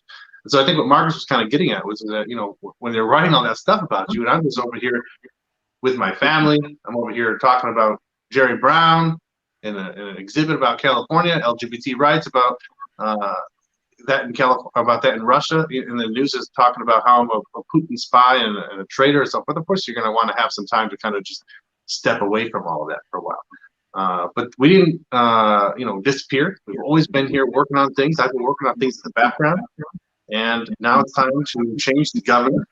And that's why I decided that we're going to run for governor to become the first Calexit governor and promote the message of Calexit from that office. Yes. And so that's why it's okay for him to run. He's meeting all the requirements. A good chunk of California is international, doing just what Lewis does. They're Californians. And the system was not fair. And perhaps we would do things a little bit differently if we had been treated fairly. But when the system won't even play fair at a floor of participation, what options do you have? Marcus, the system played fairly until Calexit started getting more attention than they were willing to allow it, and more success than they were prepared to allow. And then when we started to get, a lot of donations, and we started to get a lot of support and a lot of engagement in our campaign, all of a sudden the news had to change their strategy and turn on the negative cycle. And that's what they did to some extent, very successfully. Because they scared off a lot of our supporters who didn't want to be part of a Russian operation. And of course, they wouldn't want to be. I mean, that's understandable that they wouldn't want to be a part of a Russian operation. Right. I don't want to be a part of a Russian operation. And neither would I. That's the storyline that was pushed. And they were able to push that because the fact that they were talking about people who qualify as public figures, and therefore they are able to, with great amount of protections under the First Amendment, write stories about public figures without fear of defamation lawsuits. So, okay, what they did was legal, but it's evil. Yeah, just like legal but unethical. Yeah, I'm just saying, this is like the oil companies destroying African countries and going, well, it's totally within the law. Yeah, and those babies have arms coming out of their foreheads. Sometimes something's legal and it's just evil. And so I will say it. You don't have to. This is me, Marcus, saying it. It's the expression awful but lawful. Okay, awful and lawful. 35 reporters print this rumor. We have facts saying it's all a lie. And not one of them can print an update. It takes 2 sentences. You can put it at the bottom of your thing. They do it all the time. Won't do it for us. Yeah. Nobody will even address it. Nobody will print an update. Nobody will print a correction. Nobody even print a tweet. It's And it almost should like be noted that it's been years later, they still will not print the truth. yeah, it's almost like there's a concerted effort. I mean, and my coup de grace of this is the Sacramento Bee article. We had a speech out.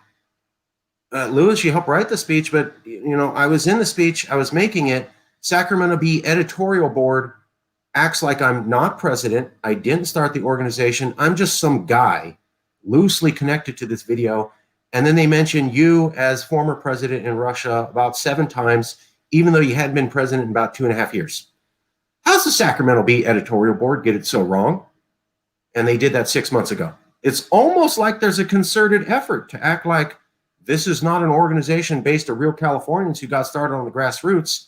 And they want to make sure that it is a man funded by Putin invented the whole thing in his basement when there's literally no evidence ever, and especially today, to prove any of those hypotheses. Yeah. How interesting that the media would do that. I wonder what that is about. Sorry. Yeah, and I'd like to also state that though in the United States, that is the case we have to deal with. Calexit and yes, California are actually known around the world.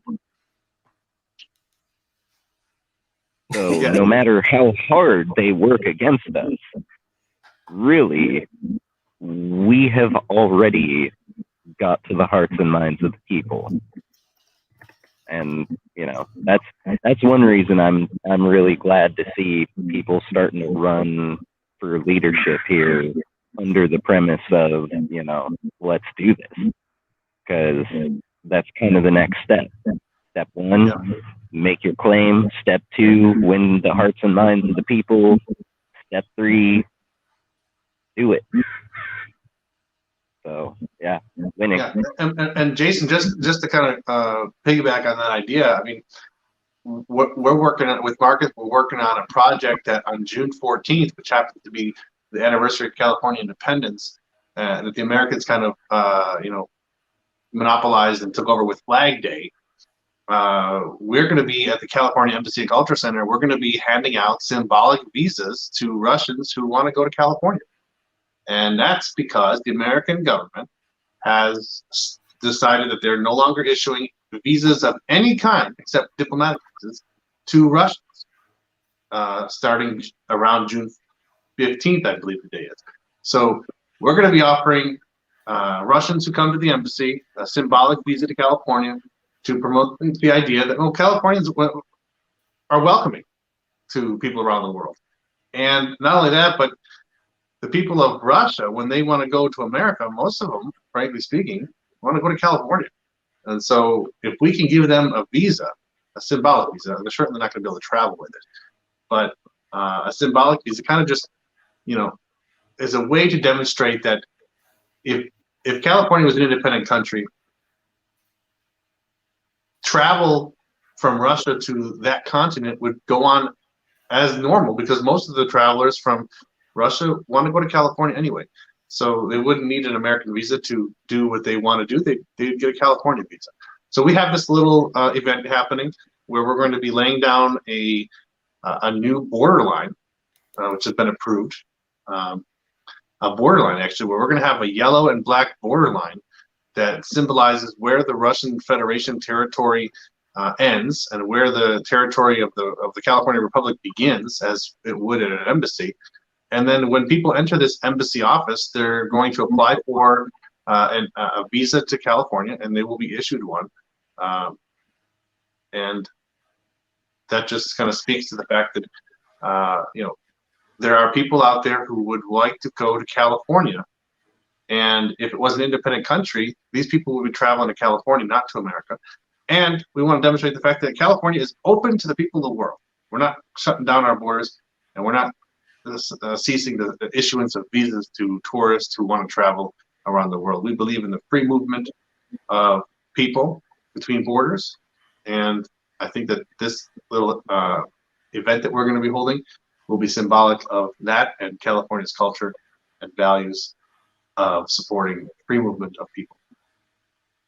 We're exploring names of the passes.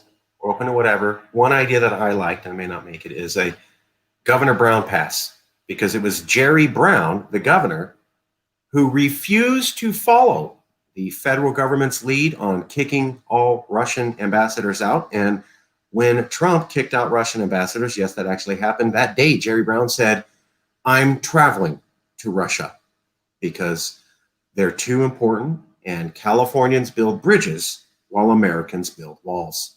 Our governor said that, and no one criticized them in California for doing that. Or maybe we'll call them Esseline passes. The Cold War actually ended not because of Americans, but because of a bunch of Californians. They were called the Esseline Institute, and they started the first dialogue between the Soviet Union and America. This is a California thing to do. So for anybody who doesn't like it, I would tell you, start criticizing your elected officials and your culture, because this is who we are. Yeah, and the last thing I would say on that front, and I have to go to, is the fact that, like you were saying, Mr. Brown traveled to Russia when there was all that controversy surrounding Russia at the time. Well, like it or not, Russia is a major player on the world stage, and any country is going to have to work with them. And that's why, even though Mr. Biden has called Russian President Putin a killer, still having the dialogue, that killer. So it's so I mean, it's kind of funny, because you would say normally, if you wouldn't communicate with a killer, you wouldn't communicate with a killer. You wouldn't communicate. There's nothing else to say. I can't say it a different way. You wouldn't communicate with a killer if there was one calling you on the phone. You wouldn't answer the phone. You wouldn't want to be associated. You wouldn't want to have connections to killers. Well, Mr. Biden calls Mr. Putin a killer. Yeah, he's still communicating with him and working with him and willing to and develop relationships with him and so on and so forth. So it's kind of funny from that regard.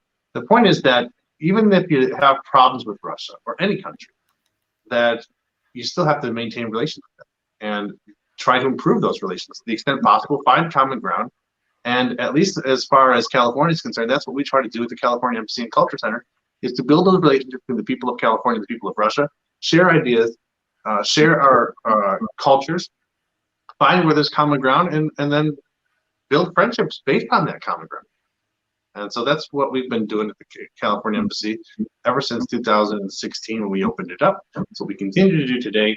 And as the representative of the Independent Republic of California and Russia, I've been working on that front here.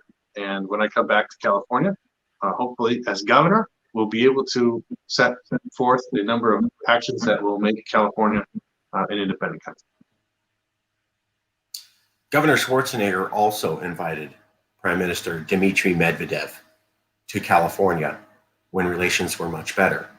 And he specifically excluded the federal government from participating in that discussion. Medvedev flew directly to California, talked only with Californians, and then flew right back to Russia. So that is the second California governor who's done the opposite of what Americans do. I think it's good company to keep. Makes me proud to be a Californian. Okay, right. Lewis, I'll Sounds good. check you later. Thank you for coming out, brother, and answering questions. It really helps everybody follow along.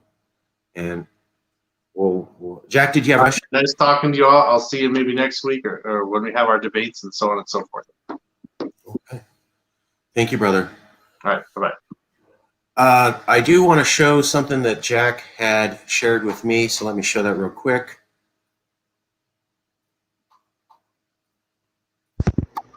Yeah, this gentleman's in California, and I followed him for a time, but I couldn't fit in with his community because maybe some of them still believe a lot of the mainstream narratives that I don't, and it caused for conflict. But I believe this guy's heart is in the right place. So I just wanted to draw him to your attention. He does these YouTube streams and has a following also on Discord. And maybe you guys would want to reach out to him and see if you come to common ground. And that's why I put him in your attention sphere. That's perfect. Robert Stark also recommended Mike Cernovich is also running. And so I just wanted to point out that Jack B pointed out his Californian who's running, who we were not aware of. And then Robert Stark pointed out another person. And that's with us, just starting to do this. So there's a lot more candidates we can be reaching out. None of them are really going to get attention that they deserve. And democracy is about letting the public hear a variety of ideas and making their own opinion, not about the media or a few elites saying it's these 2 or 3 people who you already know everything about and they're roughly parallel. It's not. So we at Yes California are dedicated to covering recall candidates. Thank you, Jack. Thank you, Robert. If you have any new candidates or any contacts, please send it to us. We're going to follow up with that. I would like to, we got about another half hour. I want to cover a couple things with permission, and then I was hoping maybe to get some comments from everybody. If I may, real quick, just to Yeah, please. reinforce that point that you just made, I have actually on YouTube, I forget what channel it was. It wasn't one of the big 5 mainstreamer ones or whatever, but it's one of the ones with some serious viewership, and even though they're independent or whatever, and they were talking about the recall, this long before it was right about the time the French Laundry thing happened, when I told you, wow, I think he may have just secured it happening. You did say that. You did say that, Jason. Yeah. Right about that time, I was watching this breakdown. It was like half an hour, so it wasn't the most in-depth thing, but it wasn't a quick little gloss over. And they were talking about, kind of how last time there was a successful recall, it was Gray Davis. He was found to have been committing some sort of corruption, fraud, whatever, and we pulled him out of his office, and because of this circus that ensued, we ended up only really having one other option, and that was Arnold Schwarzenegger, the famed actor, action star, yada yada, which obviously, to run this big of an economy and this and that and the other, you can't just put a movie star. I mean, look at Ronald Reagan, right? And they just kind of went down that whole narrative with it. And I really agree with your assessment that, their assessment was, this is why we, the media, need to control things and tell the people who is a candidate and who is not, who they should look at and who they just shouldn't even consider because they stand no chance. But I agree with you that, we are bent on providing the platform for everyone to go and talk and be heard, and letting the people decide for themselves, ourselves, because, I'm a voter, and I am one of the nearly 40 million people who will be having a say in this. And that's the thing, is we all do have a say in it. And we could either accept the mainstream narrative of only can vote for whoever they say that we should vote for, or the inverse, pretty much. But yeah, I just wanted to hammer that home and reaffirm for folks. Thank you. I'm just going to call you Shakespeare, okay? Because that's a private joke I have with Jason, and I always call him Shakespeare. The guy writes in a way that makes me super jealous, and he has an eloquence with words far beyond my own capabilities. Well said, Jason. Another thing, well said, far beyond what I would be capable of. I would like to, while we're talking about the recall debate, I would like to point out this Now, this is something that you're not going to see in the news. So let me show you. And here you go.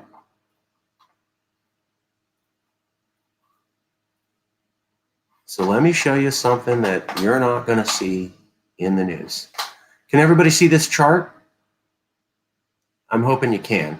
It's the PPIC statewide survey, Californians and their government likely voters, January 2021.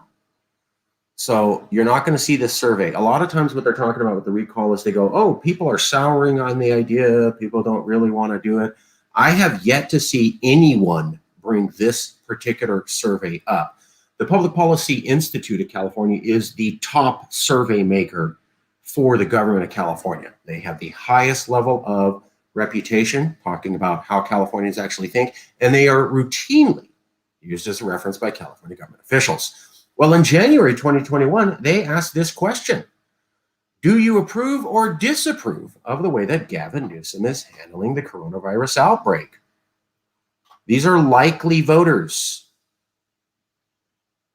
So approve, 50%, disapprove, 47%.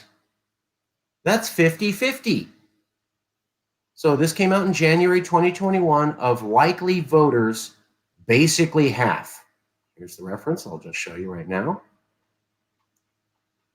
Californians and their government, January 2021, full crosstabs, likely voters only, PPIC survey, January 2021.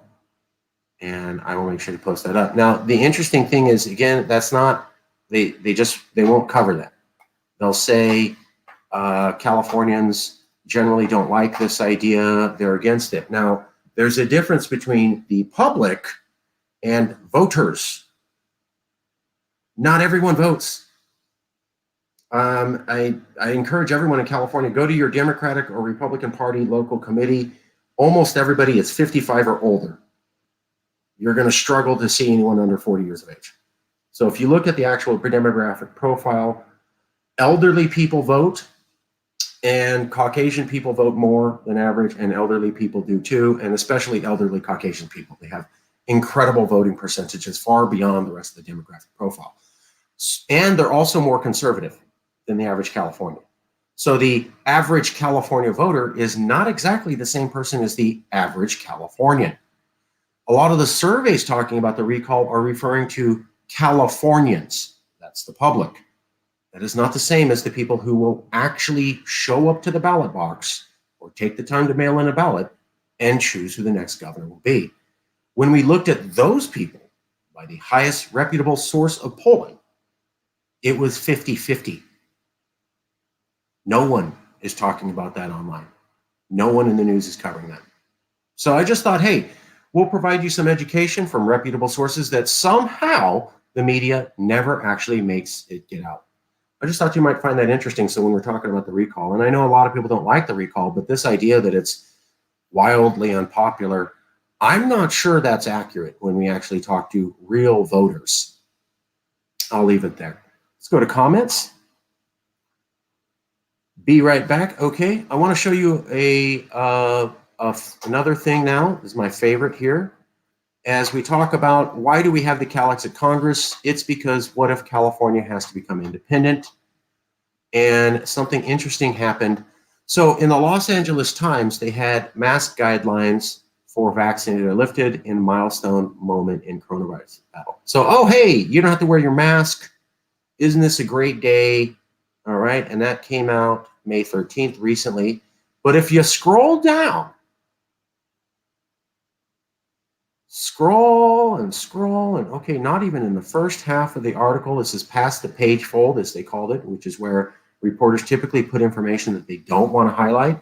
California has strict mask rules consistent with the CDC's previous mask guidance, and officials say they will remain in effect, at least for now, as they study the new recommendations from the, emphasis mine, federal government. The state and Los Angeles County will review the Centers for Disease Control and Prevention's recommendations in order to make sensible adjustments.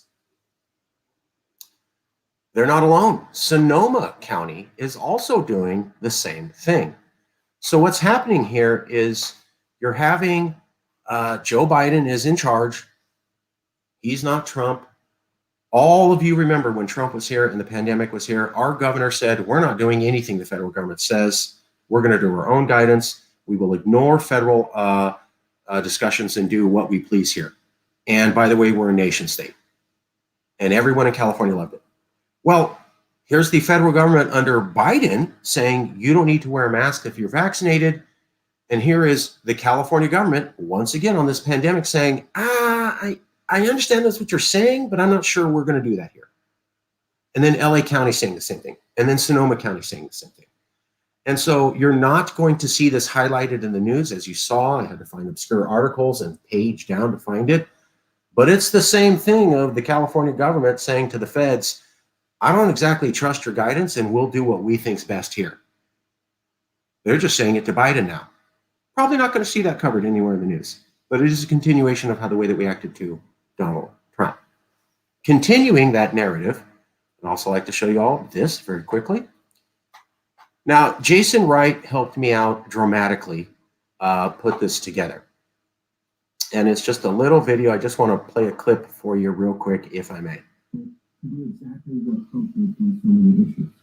Why is the person who's supposed to be the opposite of Trump in America doing many of the exact same things and following many of the exact same actions and acting many of the same policies and continuing the exact policies as Donald Trump that we were disgusted by in California? They say Joe Biden is a monolith and trying to appeal to all of Americans. Okay, I don't know what's going on here. 1 second. Okay, the computer is freaking out.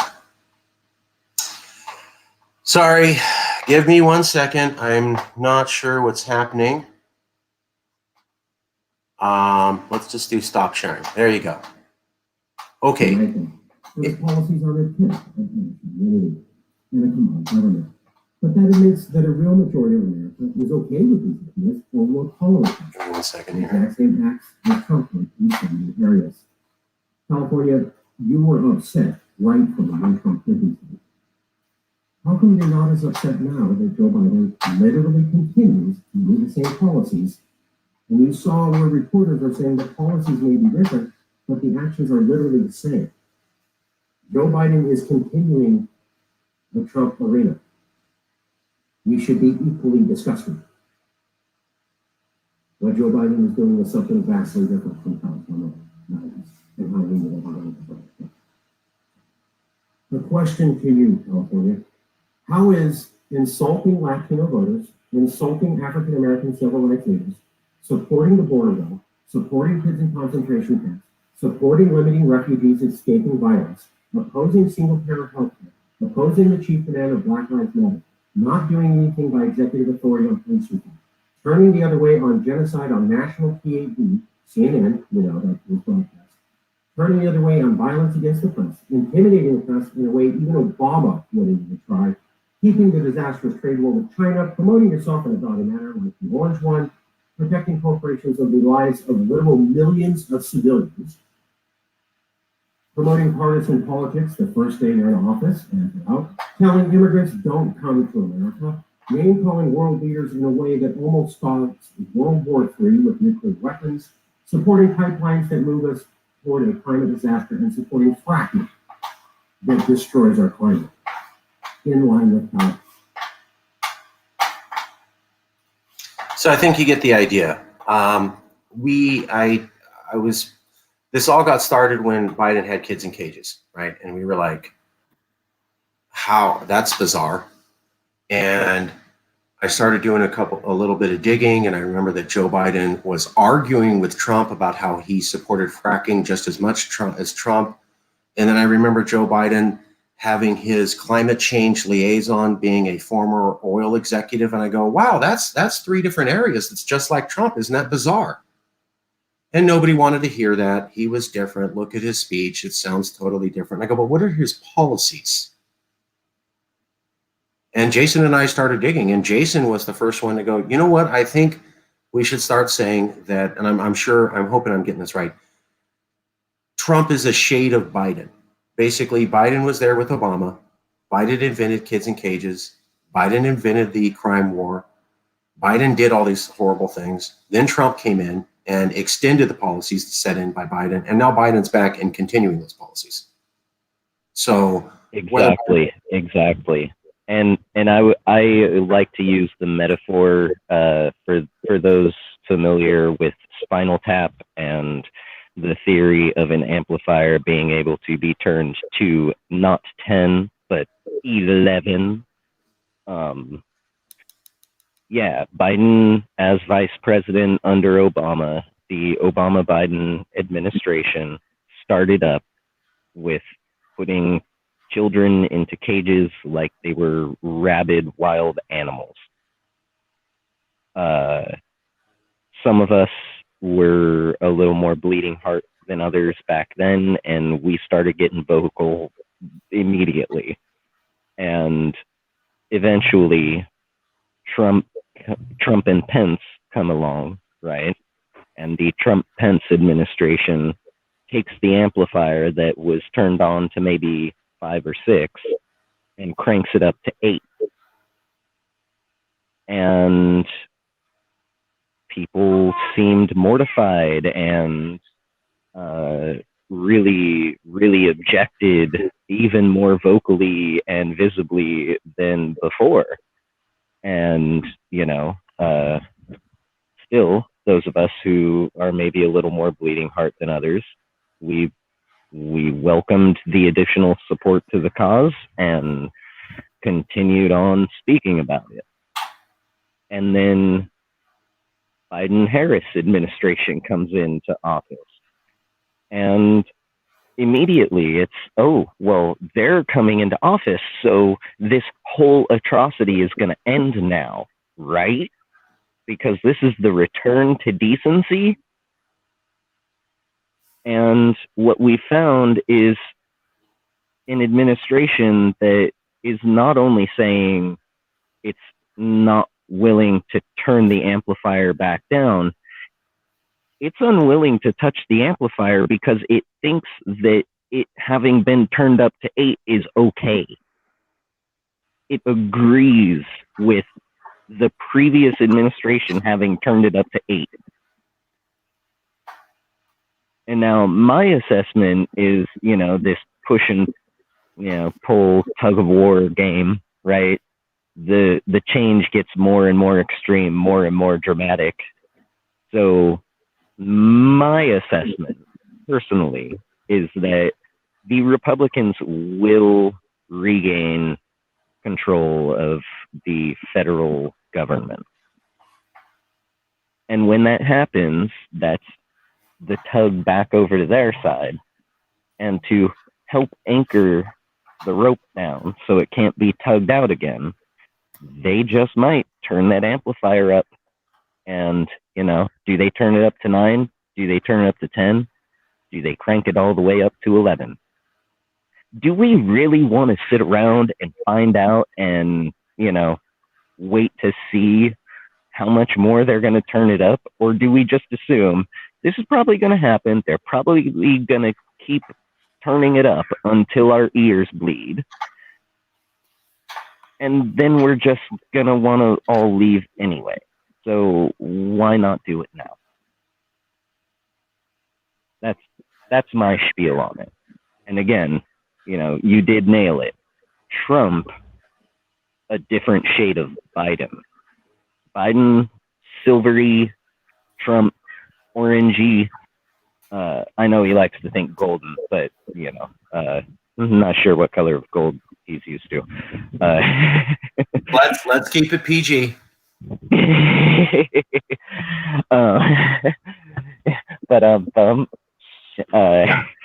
PG. Yeah, so one silver, one orangish, and both very similar to each other in their policies and their ways of being and thinking. Sure, there are differences, but ultimately, the fact that it is not something so opposite from Donald Trump and Donald Trump's policies is proof to everyone out there who thought this is going to be the 100% antithesis of Trumpism in America. This is going to be the complete and wholehearted repudiation of all that we think is evil and vile in the American political system, right? To those who thought that, this is your proof. We have passed the 100-day marker. Biden has made it clear. Biden-Harris administration has been clear on what they will and what they will not be doing. And given that there are so many similarities, this is our proof that they really are not the opposite. They are not really that much different.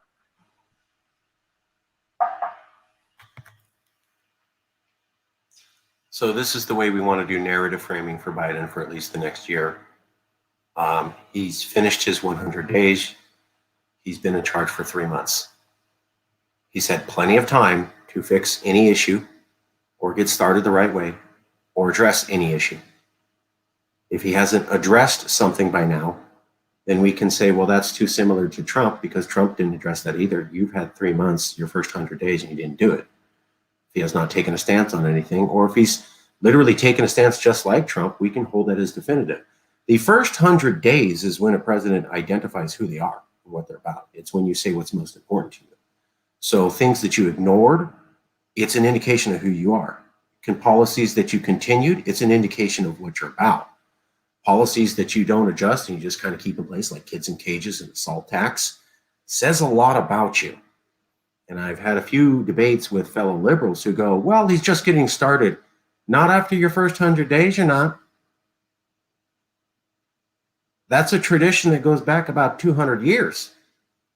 So stop the nonsense of, oh, it's coming around, it's coming. No, you outline your priorities. You say what you're about, you say what you're not going to do, and you do it within your first 100 days. That's the way all presidents have done it. Because of the midterms. Right? So this was enshrined in the Constitution. So let's knock off all this talk about how Joe Biden just gets started. We don't know. Your first 100 days is when you identify your priorities. What you do, what you say, whatever, that's when you're saying that's important. This is what I'm going to focus. It almost reminds me of Obama, the way he spoke out against the spying, the Edward Snowden stuff, until he got elected. And then he decided that government didn't want to give up that power that they had already had. They never want to give up the power. They just, it's like the totalitarian tiptoe towards authoritarian dictatorship, it seems like to me. I mean, I honestly believe that. I mean, until recently, nobody can tell you to, put something in your body that you don't want to medically. And now all of a sudden it's the norm. They're like, oh yeah, everybody's doing it, right? I'm not, but nobody should be giving medical advice, right? It shouldn't be. I mean, I remember being told it's my body, my choice. Right. And growing up, that was beaten into us. My body, my choice. Yeah. Well, what's this?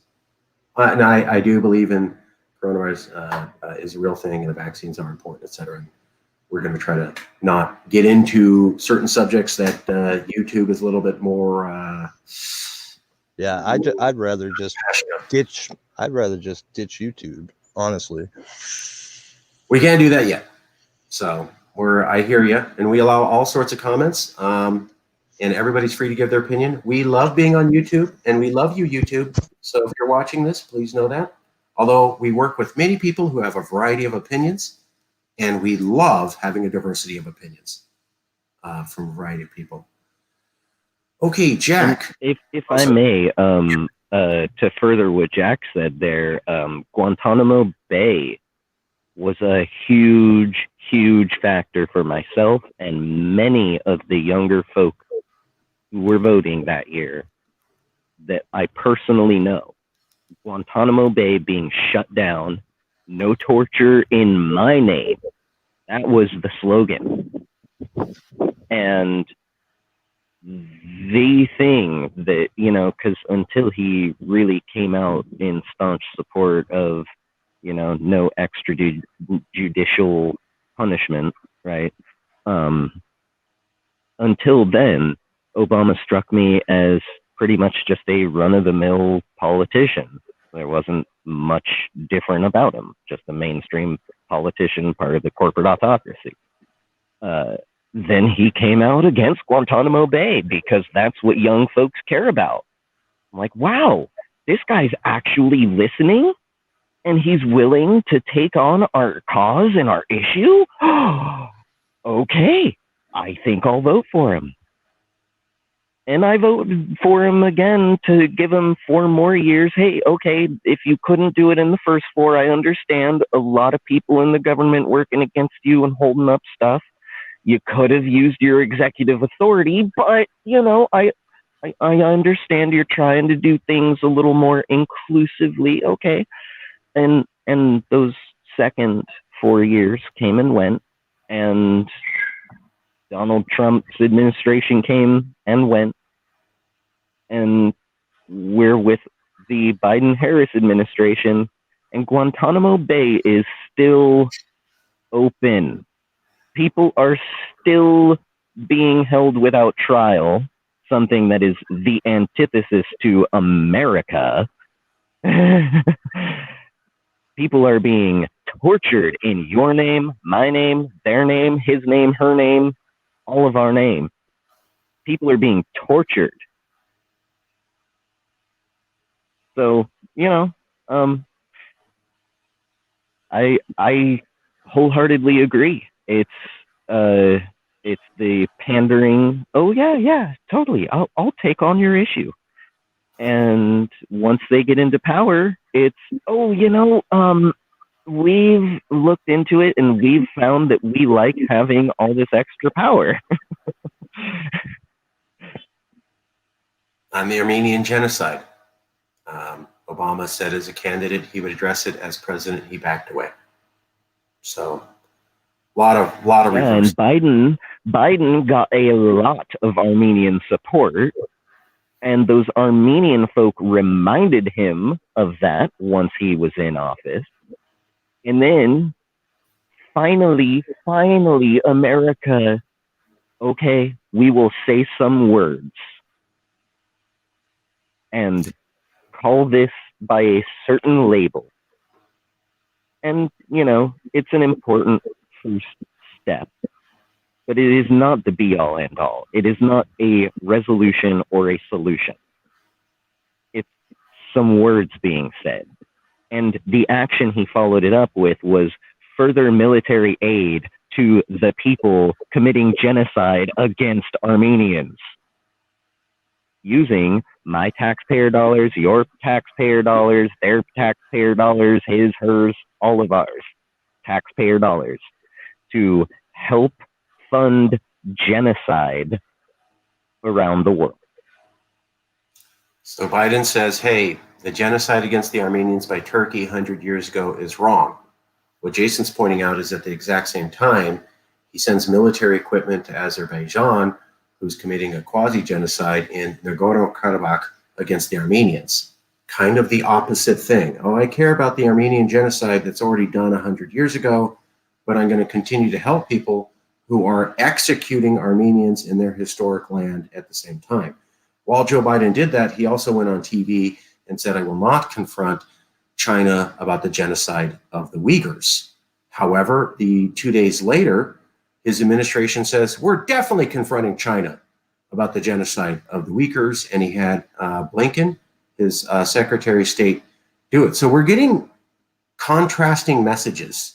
And this seems to be the pattern of Biden is, look over here, everybody, look over here. This is the real policy. This is what he said that was all shiny. Here's what's actually going on. So I make a statement about genocide against the Armenians are wrong. That's just words. Doesn't mean anything. It wasn't a resolution, like Jason said, passed by the Congress. It isn't actually the USA doing anything. It's just Biden saying something. While he says that and everybody's talking about that, what they're not talking about is what Jason also brought up. You sent weapons to a country that just got done killing hundreds of Armenians and ethnically cleansing them from an area they've known for over 1,000 years, while talking about how you recognize Armenian genocide. And I got to say, I went to some Al Jazeera conference on genocide, and a lot of that wasn't brought up. And they had this conference on genocide 2 days ago going, oh, China allows genocide. They're wrong. They're bad for doing that. And hey, guys, you know how we prevent genocide? By not having people apologize for it or excuse it. And nobody in that entire conference could mention Joe Biden literally just did that last month against the Uyghurs. So in that genocide conference, they talked about how China's committing a genocide against the Uyghurs, and that's bad and wrong. And then they said, hey, genocide is allowed to happen because people don't call it out. And they accidentally forgot to mention that Joe Biden literally did the thing that they're condemning just a few weeks prior while holding themselves up as an international conference of the best expertise on genocide.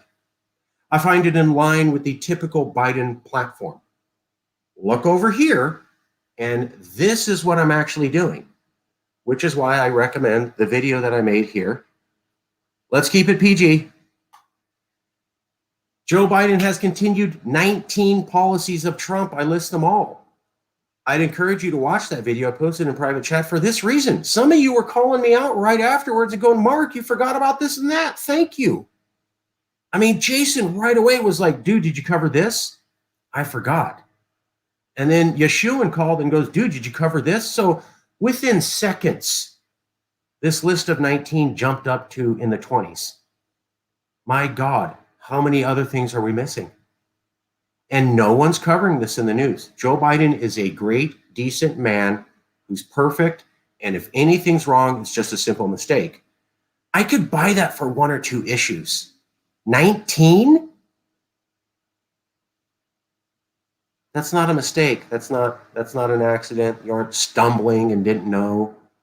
And my God, the stuff is covered by the mainstream news, but it's like what I called page A32 when we used to have a press. Remember when they used to have printed newspapers and you actually had to read the newspaper? All the interesting news was in the first section, buried in the back. So you would read the front cover of the newspaper and you'd read the first couple pages, and they would know that nobody would get to page 32. And that's where they would put things like, turns out GIs did knowingly burn down and execute people during the Vietnam War. New Pentagon report comes out admitting it. So that's a free press, right? They admitted it on page A32. And then no mainstream news covered it. But hey, that's not censorship. Nobody saw it. And they could have put it on the front page, and they could have put it in the first 5 pages, and they could have covered it on MSNBC, but nobody did. But technically it was printed once. So I guess that's not censorship.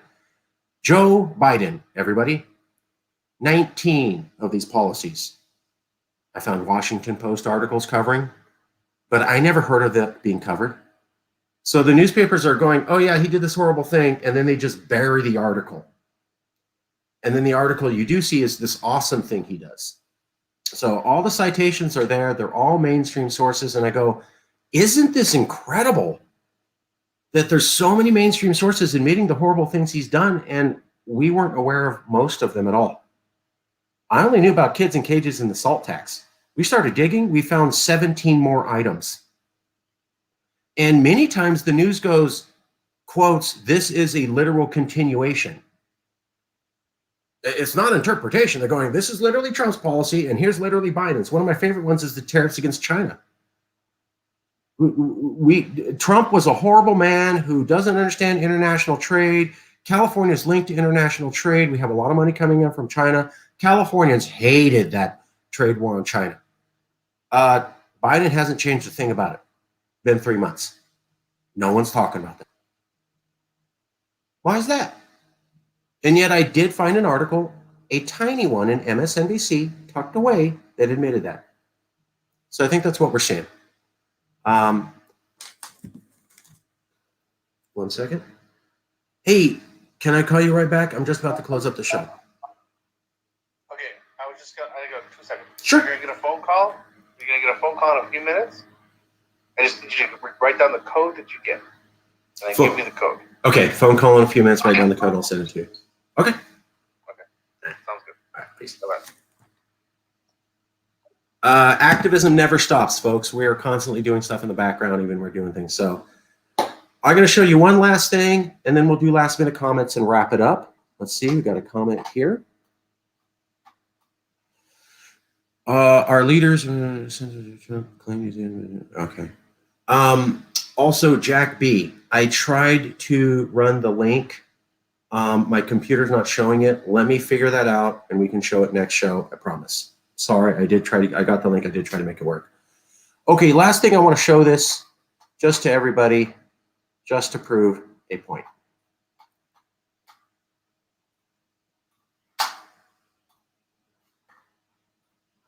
So, let me show you this.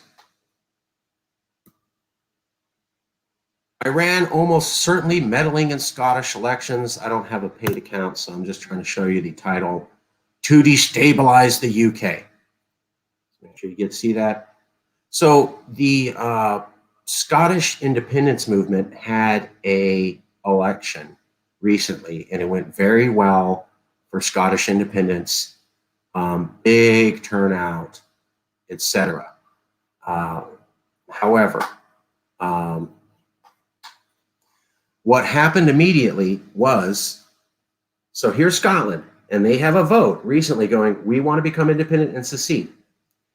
And then right away, there's English newspapers saying we had a think tank independently look at this.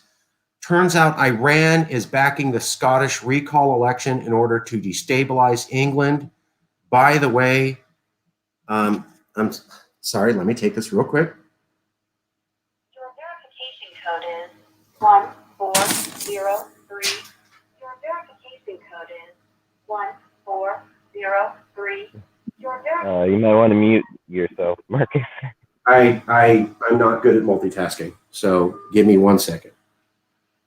Sorry, I'm not good at 1403 is code. Okay. Scotland had an election. The Independence Party did very well. Immediately, English newspapers who don't want Scotland to leave came out with articles. Iran meddled in the Scottish election. Iran meddled in the Scottish election. Iran meddled in the Scottish election. Now, what you won't see in those newspapers is, okay, did they post 2 Facebook posts?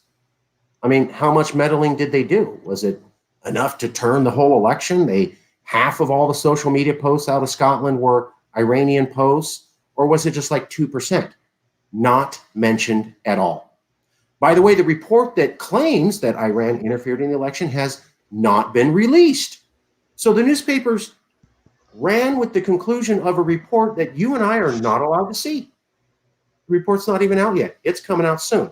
In the meantime, we have articles saying Iran definitely meddled in this election and they got involved. How much? How'd you figure that out? I don't know. We're not allowed to look. The report isn't out yet, but we'll go ahead and list the statements that they make.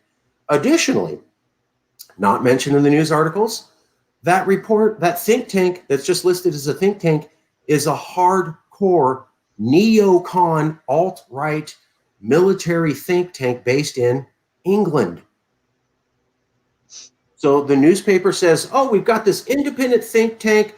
Iran pushed the Scottish election because they want to take down England.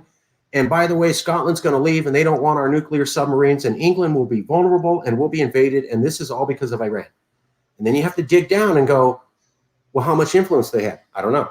Well, how'd you figure this out? I don't know. Well, who made this report? Not listed. And then you have to dig and you find out, oh, the report's not even available for you to see. And it's based by a pro-military neocon group out of England. That's they're called independent, though? Yes. Yeah, it's an independent research report. Yeah. And so, look, I don't support the Ayatollah. I don't support a religious government. Human rights abuses do happen in Iran, and that's not okay. And I don't think any threatening from Iran to Israel is okay. And I am horrified that Iranian officials said Israel doesn't have the right to exist. Israel, of course, has the right to exist. But I'm also horrified by lies that I personally went through myself. Yes, California was said that we were a Russian-backed organization. And the BBC also said Calexit trended very well because of Russian interference. And you had to read and read and read to the bottom until you found out it was only 20%. You're right. Russia interfered in promoting the Calexit idea. 1/5 and 4/5, or the overwhelming majority, or over 80%, were regular Californians. Somehow that never made it into the title of that BBC article. The article just says, Russia interfered in the Calexit thing. And you have to read and read and read and read till you find out, yeah, they did a little bit, and the overwhelming majority was Californians. Not in the title. And to this day, I still have people go, Calexit's all backed by Russia. Here's this article from BBC. And then I respond, what about the Mueller report? What about the House and Senate Select Committee on Intelligence?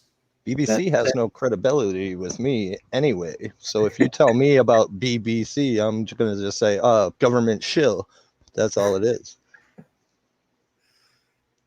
Yeah, I'm not saying Iran is the government. I love Iranian people. We have many Iranian people in California, and we are awesome because we have Iranian Persian culture here. Just like we're awesome because we are the third highest relocation for Jewish people, and El Salvadorans, and Nicaraguans, and Mexicans, and Filipinos, and Russians, and Armenians. And Armenians. Mm-hmm. And you get it. So love everybody, love all the cultures. Doesn't mean I agree with that government. Very different to say I love the culture, love the people, and how I feel about the government. Not the same thing. I want to be clear about that. What I'm pointing out here is that maybe Iran did meddle. I don't know. But this never caused a war. They've never gone to war, like been the aggressor. I'm just saying that this is the same thing that happened to us. Hey, foreign government is interfering in the secession attempt. It's a foreign government, everybody. It's a foreign government. Look at the foreign government. Yeah. Don't look at the people. It's a foreign government. And why are they doing this? To hurt America? Back away. Yeah. Now, it was yes, California and Russia. And in these Iran articles, they bring up how Russia interfered in the election while talking about how now Iran is the new player. So they're digging up that old Russian narrative and going, oh, well, now it's Iran and now it's Scotland. And now we have this information, but you didn't get to see it. But we're going to go ahead and run with the advertisements. But we're not going to tell you that the think tank was biased and partly for the military and that this benefits the UK military. Just read Iran backed the Scottish election. Get the hell away from Scottish independence. Same story, playbook, play by play going on. 20 years in the making. And it's trash and it's garbage. Again, I am not supporting the Iranian government. I love the Iranian people. I love Jewish people. I love diversity here. Pointing out a narrative. If I may, Marcus, that right there, Jack, that was the perfect thing right there, Jack. It would be the long game of all long game. Yeah, but we can't talk about that. Wow. If Iran is the reason why Scotland wants to be independent, I mean, that means that for hundreds of years, Iran has been... Yeah, right. Oh, my goodness, people. Come on. Secret control of Scotland somehow. They convinced people that Russia was behind all of Calexit. I mean, Sacramento Bee editorial board a few months ago still acted like Lewis created all of Calexit out of his basement, hired directly through millions of dollars by Vladimir Putin. There's no evidence of that. That was disproven in 3 different investigations. The editorial board of Sacramento Bee still published garbage.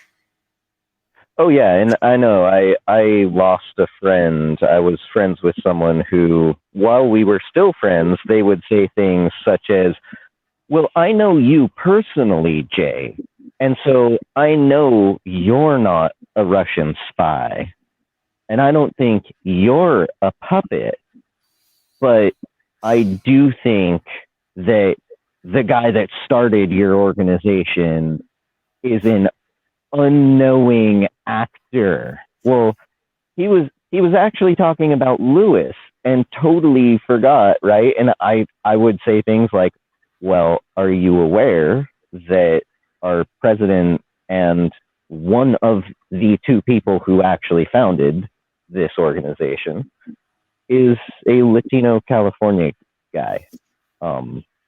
Just saying.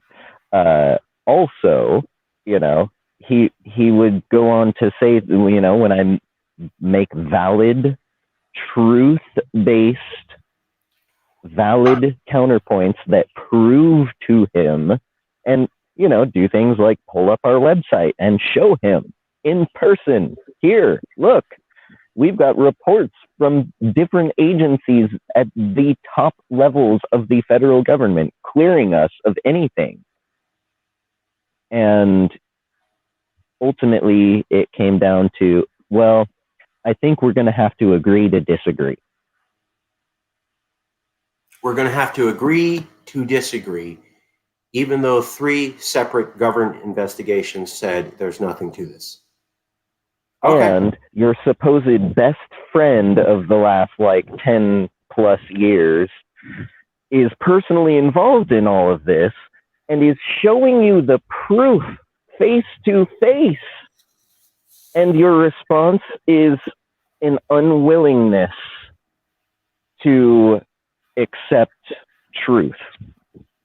So I do realize there is a very serious problem, and it is that. And some people are, you know, not ever going to, you know, and those people are not the people that we're really concerned with the most anyway, right? What we're looking for is people who use their brains, think for themselves, are willing to look at a hard truth, no matter how hard it is, and accept truth and fact as such.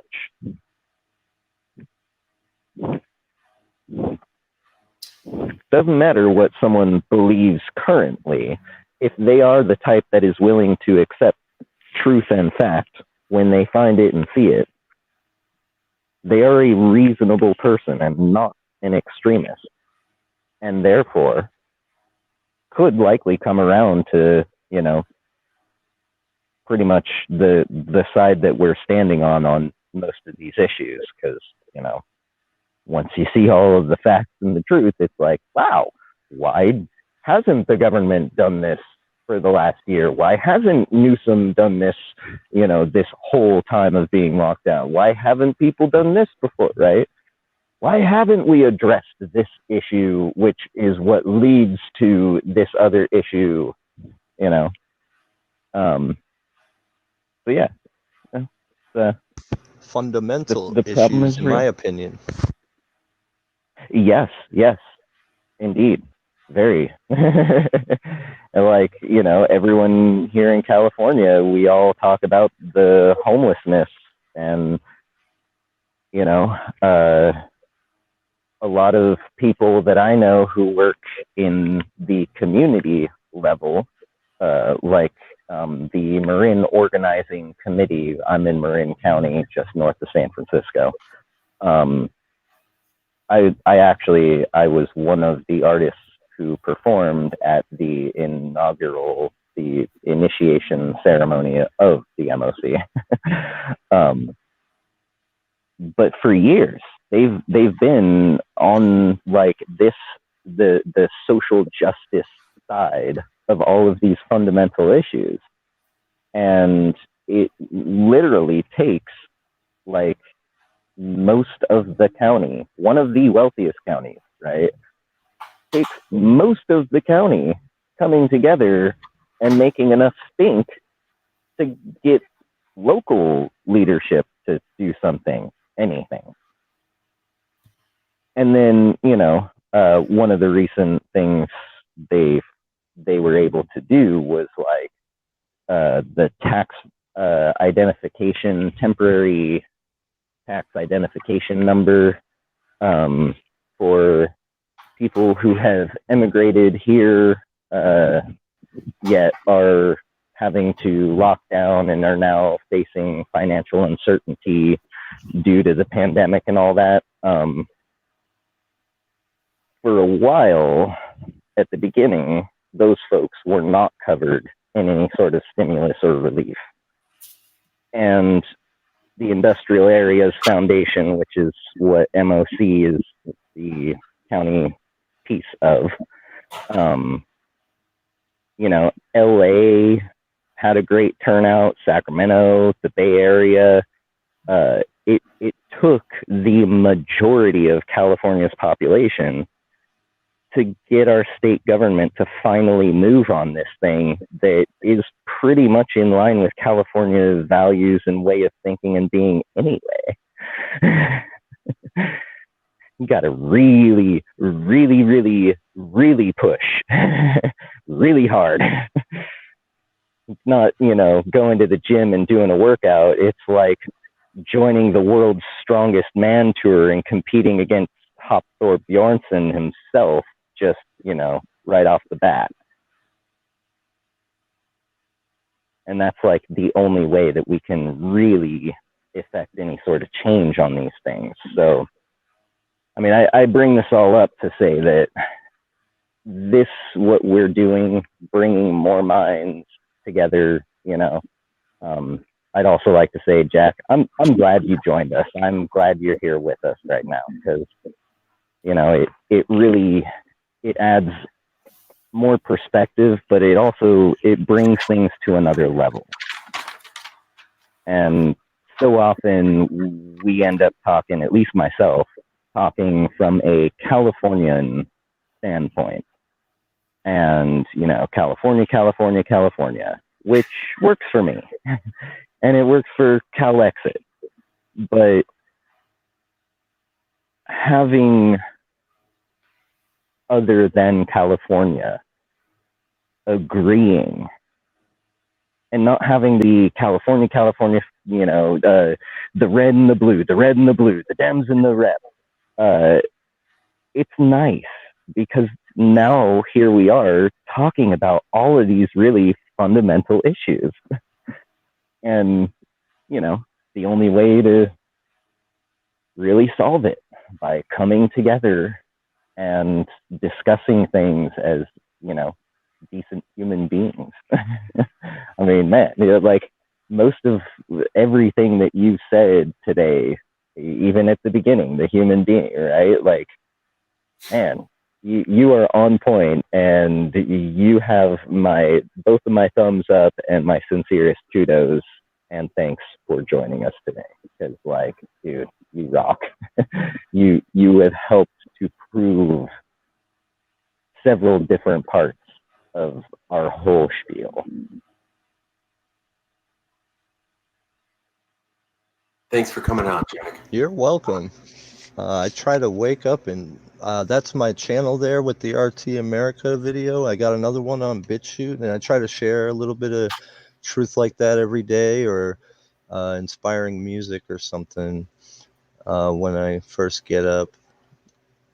And, you know, I do my little part, which is not nothing, but something at least. It helps. Let me at least post this up to everybody. I wasn't able to get the video to play just because of limited bandwidth, but there's Jack B's channel at odyssey.com / at Patriots for Truth. So you can check out Jack B. Okay, last minute comments before we wrap it up. Last minute comments. Let's go to Jack B first. Any last minute comments you'd like to leave? No, I'd like to say that Jason, right, was just speaking.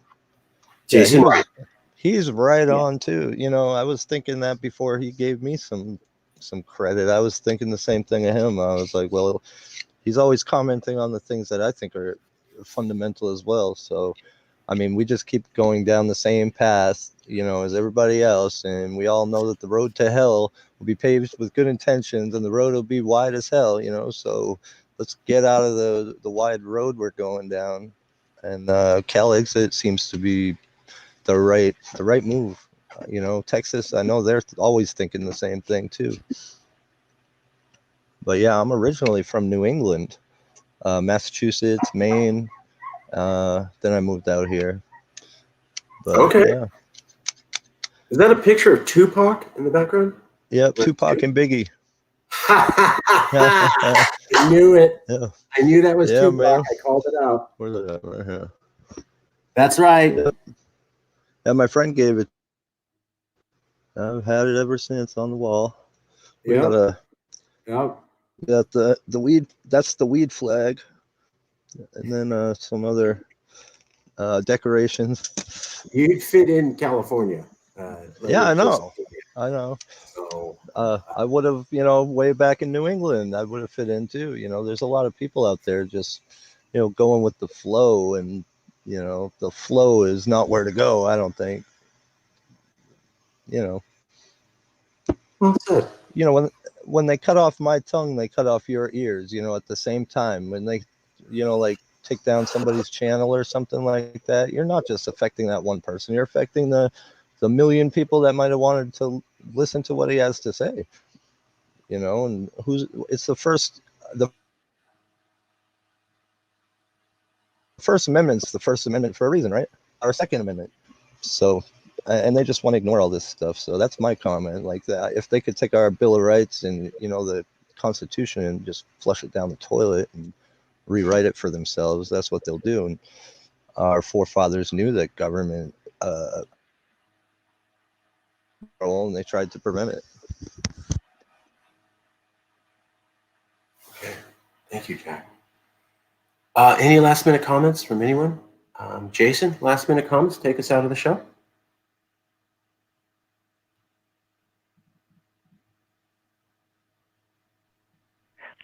Yeah. I'll start by saying, just to everyone who has been listening, viewing, whether it's live or you're coming across this video at a later date, thank you for joining us, and do please stay safe. I hear about this living in fear mentality, and I'm not saying, go live in fear. I'm saying be smart, be safe. There are all sorts of different conflicting opinions. So obviously something is going to be right and something is going to be wrong. But we all have to really use our own gray matter, our own brains, and come to those conclusions for ourselves. Not because the overreaching federal government says you must put this into your body, but because we choose to do so or not. I'll use myself as an example here. I'm still of the opinion that the vaccine is not entirely effective and safe. Okay. Hey, please let me finish, otherwise it's going to sound bad. That being said, I did go and get my first part of the vaccine and am going to get the second part in about a week now, actually, because you got to give it, some time between the shots. I did it not because I think that it is perfectly safe and it's the greatest thing, and I think everyone should do it. I did it because I volunteer for a church where the average age of people has dropped down to 65 once my 35-year-old self joined. Me being 35, joining up, dropped the average age all the way down to 65. So the congregation is pretty much older folks who would be at serious risk if they contracted any sort of respiratory disease or infection. So I decided, out of responsibility for those that I care for, I was willing to take a certain amount of risk. But that right there is the point of, we must use our brains, each and every one of us, and we must come to our conclusion and make our decision. It would also be nice if we're all making these decisions based on compassion and care for others rather than selfish intent. Don't just serve the self, serve, I mean, you know, a lot of, speaking of evil or good intentions paving the road to evil, a lot of people who have done that have said those words, greater good. However, this is one of those times where it's not the evil thing to say, think of the greater good. If it's not a huge risk and you decide you are comfortable taking whatever risk, and then so be it, that's your decision, and I commend you for coming to your decision and making your decision. I encourage that we all practice safety, sanity, reasonability, and compassion.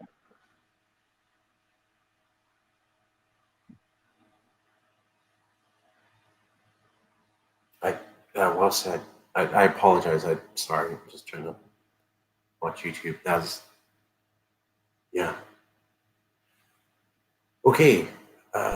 Some of the questions we have to ask ourselves when we start to lose trust in those that have an authority over us, or you know, as government is, you know. It's just you lose trust. That's all. And if you honestly lost trust in somebody, they look at you a lot different now. The Russian spyware thing this week got me going. I'm like, I didn't think it was Russia right away. I'm like, I don't think Russia. I just think that's what they want us to think. The FBI says it. Okay, I don't believe it. You know, that's just the way I think.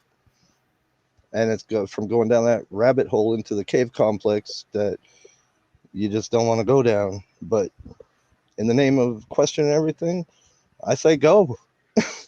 Right?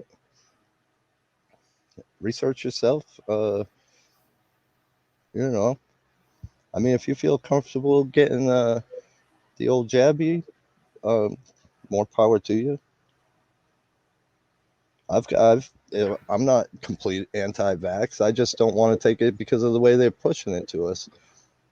You know, I see what they're doing, their marketing campaign, but that's my opinion on it. So, and everybody's welcome to have their opinion here. I love you guys. Anyways, I love you too. Or I wouldn't be here either. You know, we're trying to make sure that everybody gets a chance to have their voice heard.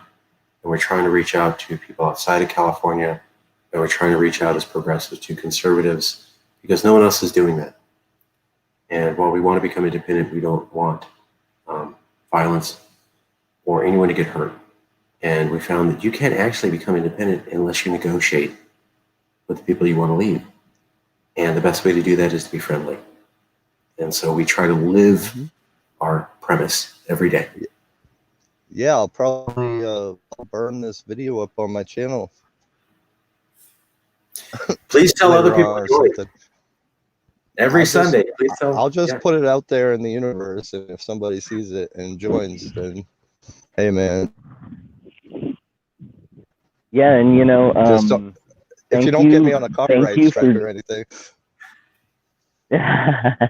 Oh no, you've been involved in this meeting, so if you share up to your channel that you are involved in this meeting, that's totally well within your right. I would say please feel free to join us again anytime you'd like, especially next week. Yeah, you guys do this on Sundays? Every Sunday? Yeah, every Sunday, 11 o'clock. All right. And that's even in my own time zone. So, hey. And if you all whether in Oregon or Washington want to become independent, or you know any of those people, have them come on. I didn't. Oregon. He might be. We're always interested in meeting other independence movements. So if you know anybody, have them come on. We'd love to talk to him. He's very Christian. He has his own channel too, and he sometimes goes. he has his computer doing 14-hour streams, streaming stuff. So I don't know how much time he's going to put in, but he's doing his thing. I am. Have him come on. Tell him about us. I will. Well, I will. He's been going through some trouble though lately, so I haven't talked to him within the last few days and stuff. So when I see him, I'll mention it. I'll say, "Hey, you heard of this? Yes, California." He'll probably be like, "I don't live in California." I'll be like, "So what? Come on, we're going live." These Californians are willing to talk to Americans. You know, Yeah, he that's just what sent we're me. known as. He sent me his email. I bet you it is. I am Keiser Sose 503 at Proton Mail. Okay. Got All right. all, Yeah. Yeah. Wow. Yeah, send him a link and be like, Jack sent All us. All right. I can forward. I'll forward it. Yeah, Jack, if you could email him and CC me, or I got an email from you. If you can email him and CC me or whatever, then I can take it from there. And we always love meeting new independence people from any independence movement in America, wherever. Always want to meet more people and have more people on the show. Right. I'll leave it there. Thank you, Jack B. Thank you, Rabbi. Yeah, did you say Jackson Hinkle, was he going for governor or something? I know he was. I assumed that's why he was mentioned. I'll send him an email inviting him to the governor recall debate. If he's not running, something town council or something like that before. Well, I mean, it's we can send him an email, and if he's going, hey, I'm not running for recall, then okay, no. I think he's with the recall Gavin Newsom movement. I think he's all about getting rid of Newsom, though. We're kind of neutral on the stance. We just want to have a showcase of people talking about California issues, and we found that having a place for the recall candidates to talk is something that is unique. No one else is doing, and it shows us as a professional group of people who actually understand the highest echelon order of politics, and gets us in front of a bunch of people who would never normally think about independence. We're part of the rumor mill that we're fighting is that after we're all foreign spies funded by a foreign government, is that we're all brain dead hippies, and neither rumor is true. And so we try to do things to showcase that. Look at how we're operating. Look at the kind of discussions like these meetings that we're having. I mean, are these idiots doing this? No, we're clearly well versed on the highest level of political understanding. And as Jason and Lewis point out, we routinely make recommendations that turn out to be true before elected officials say it. So that's why we're doing the recall debate. I'll leave it there. Thank you, everybody. Thank you, Jason, so much for jumping in. Thanks, guys. I got to go mow the lawn. Thank you, Rabbi. I'll see y'all later, okay? All right. Laters.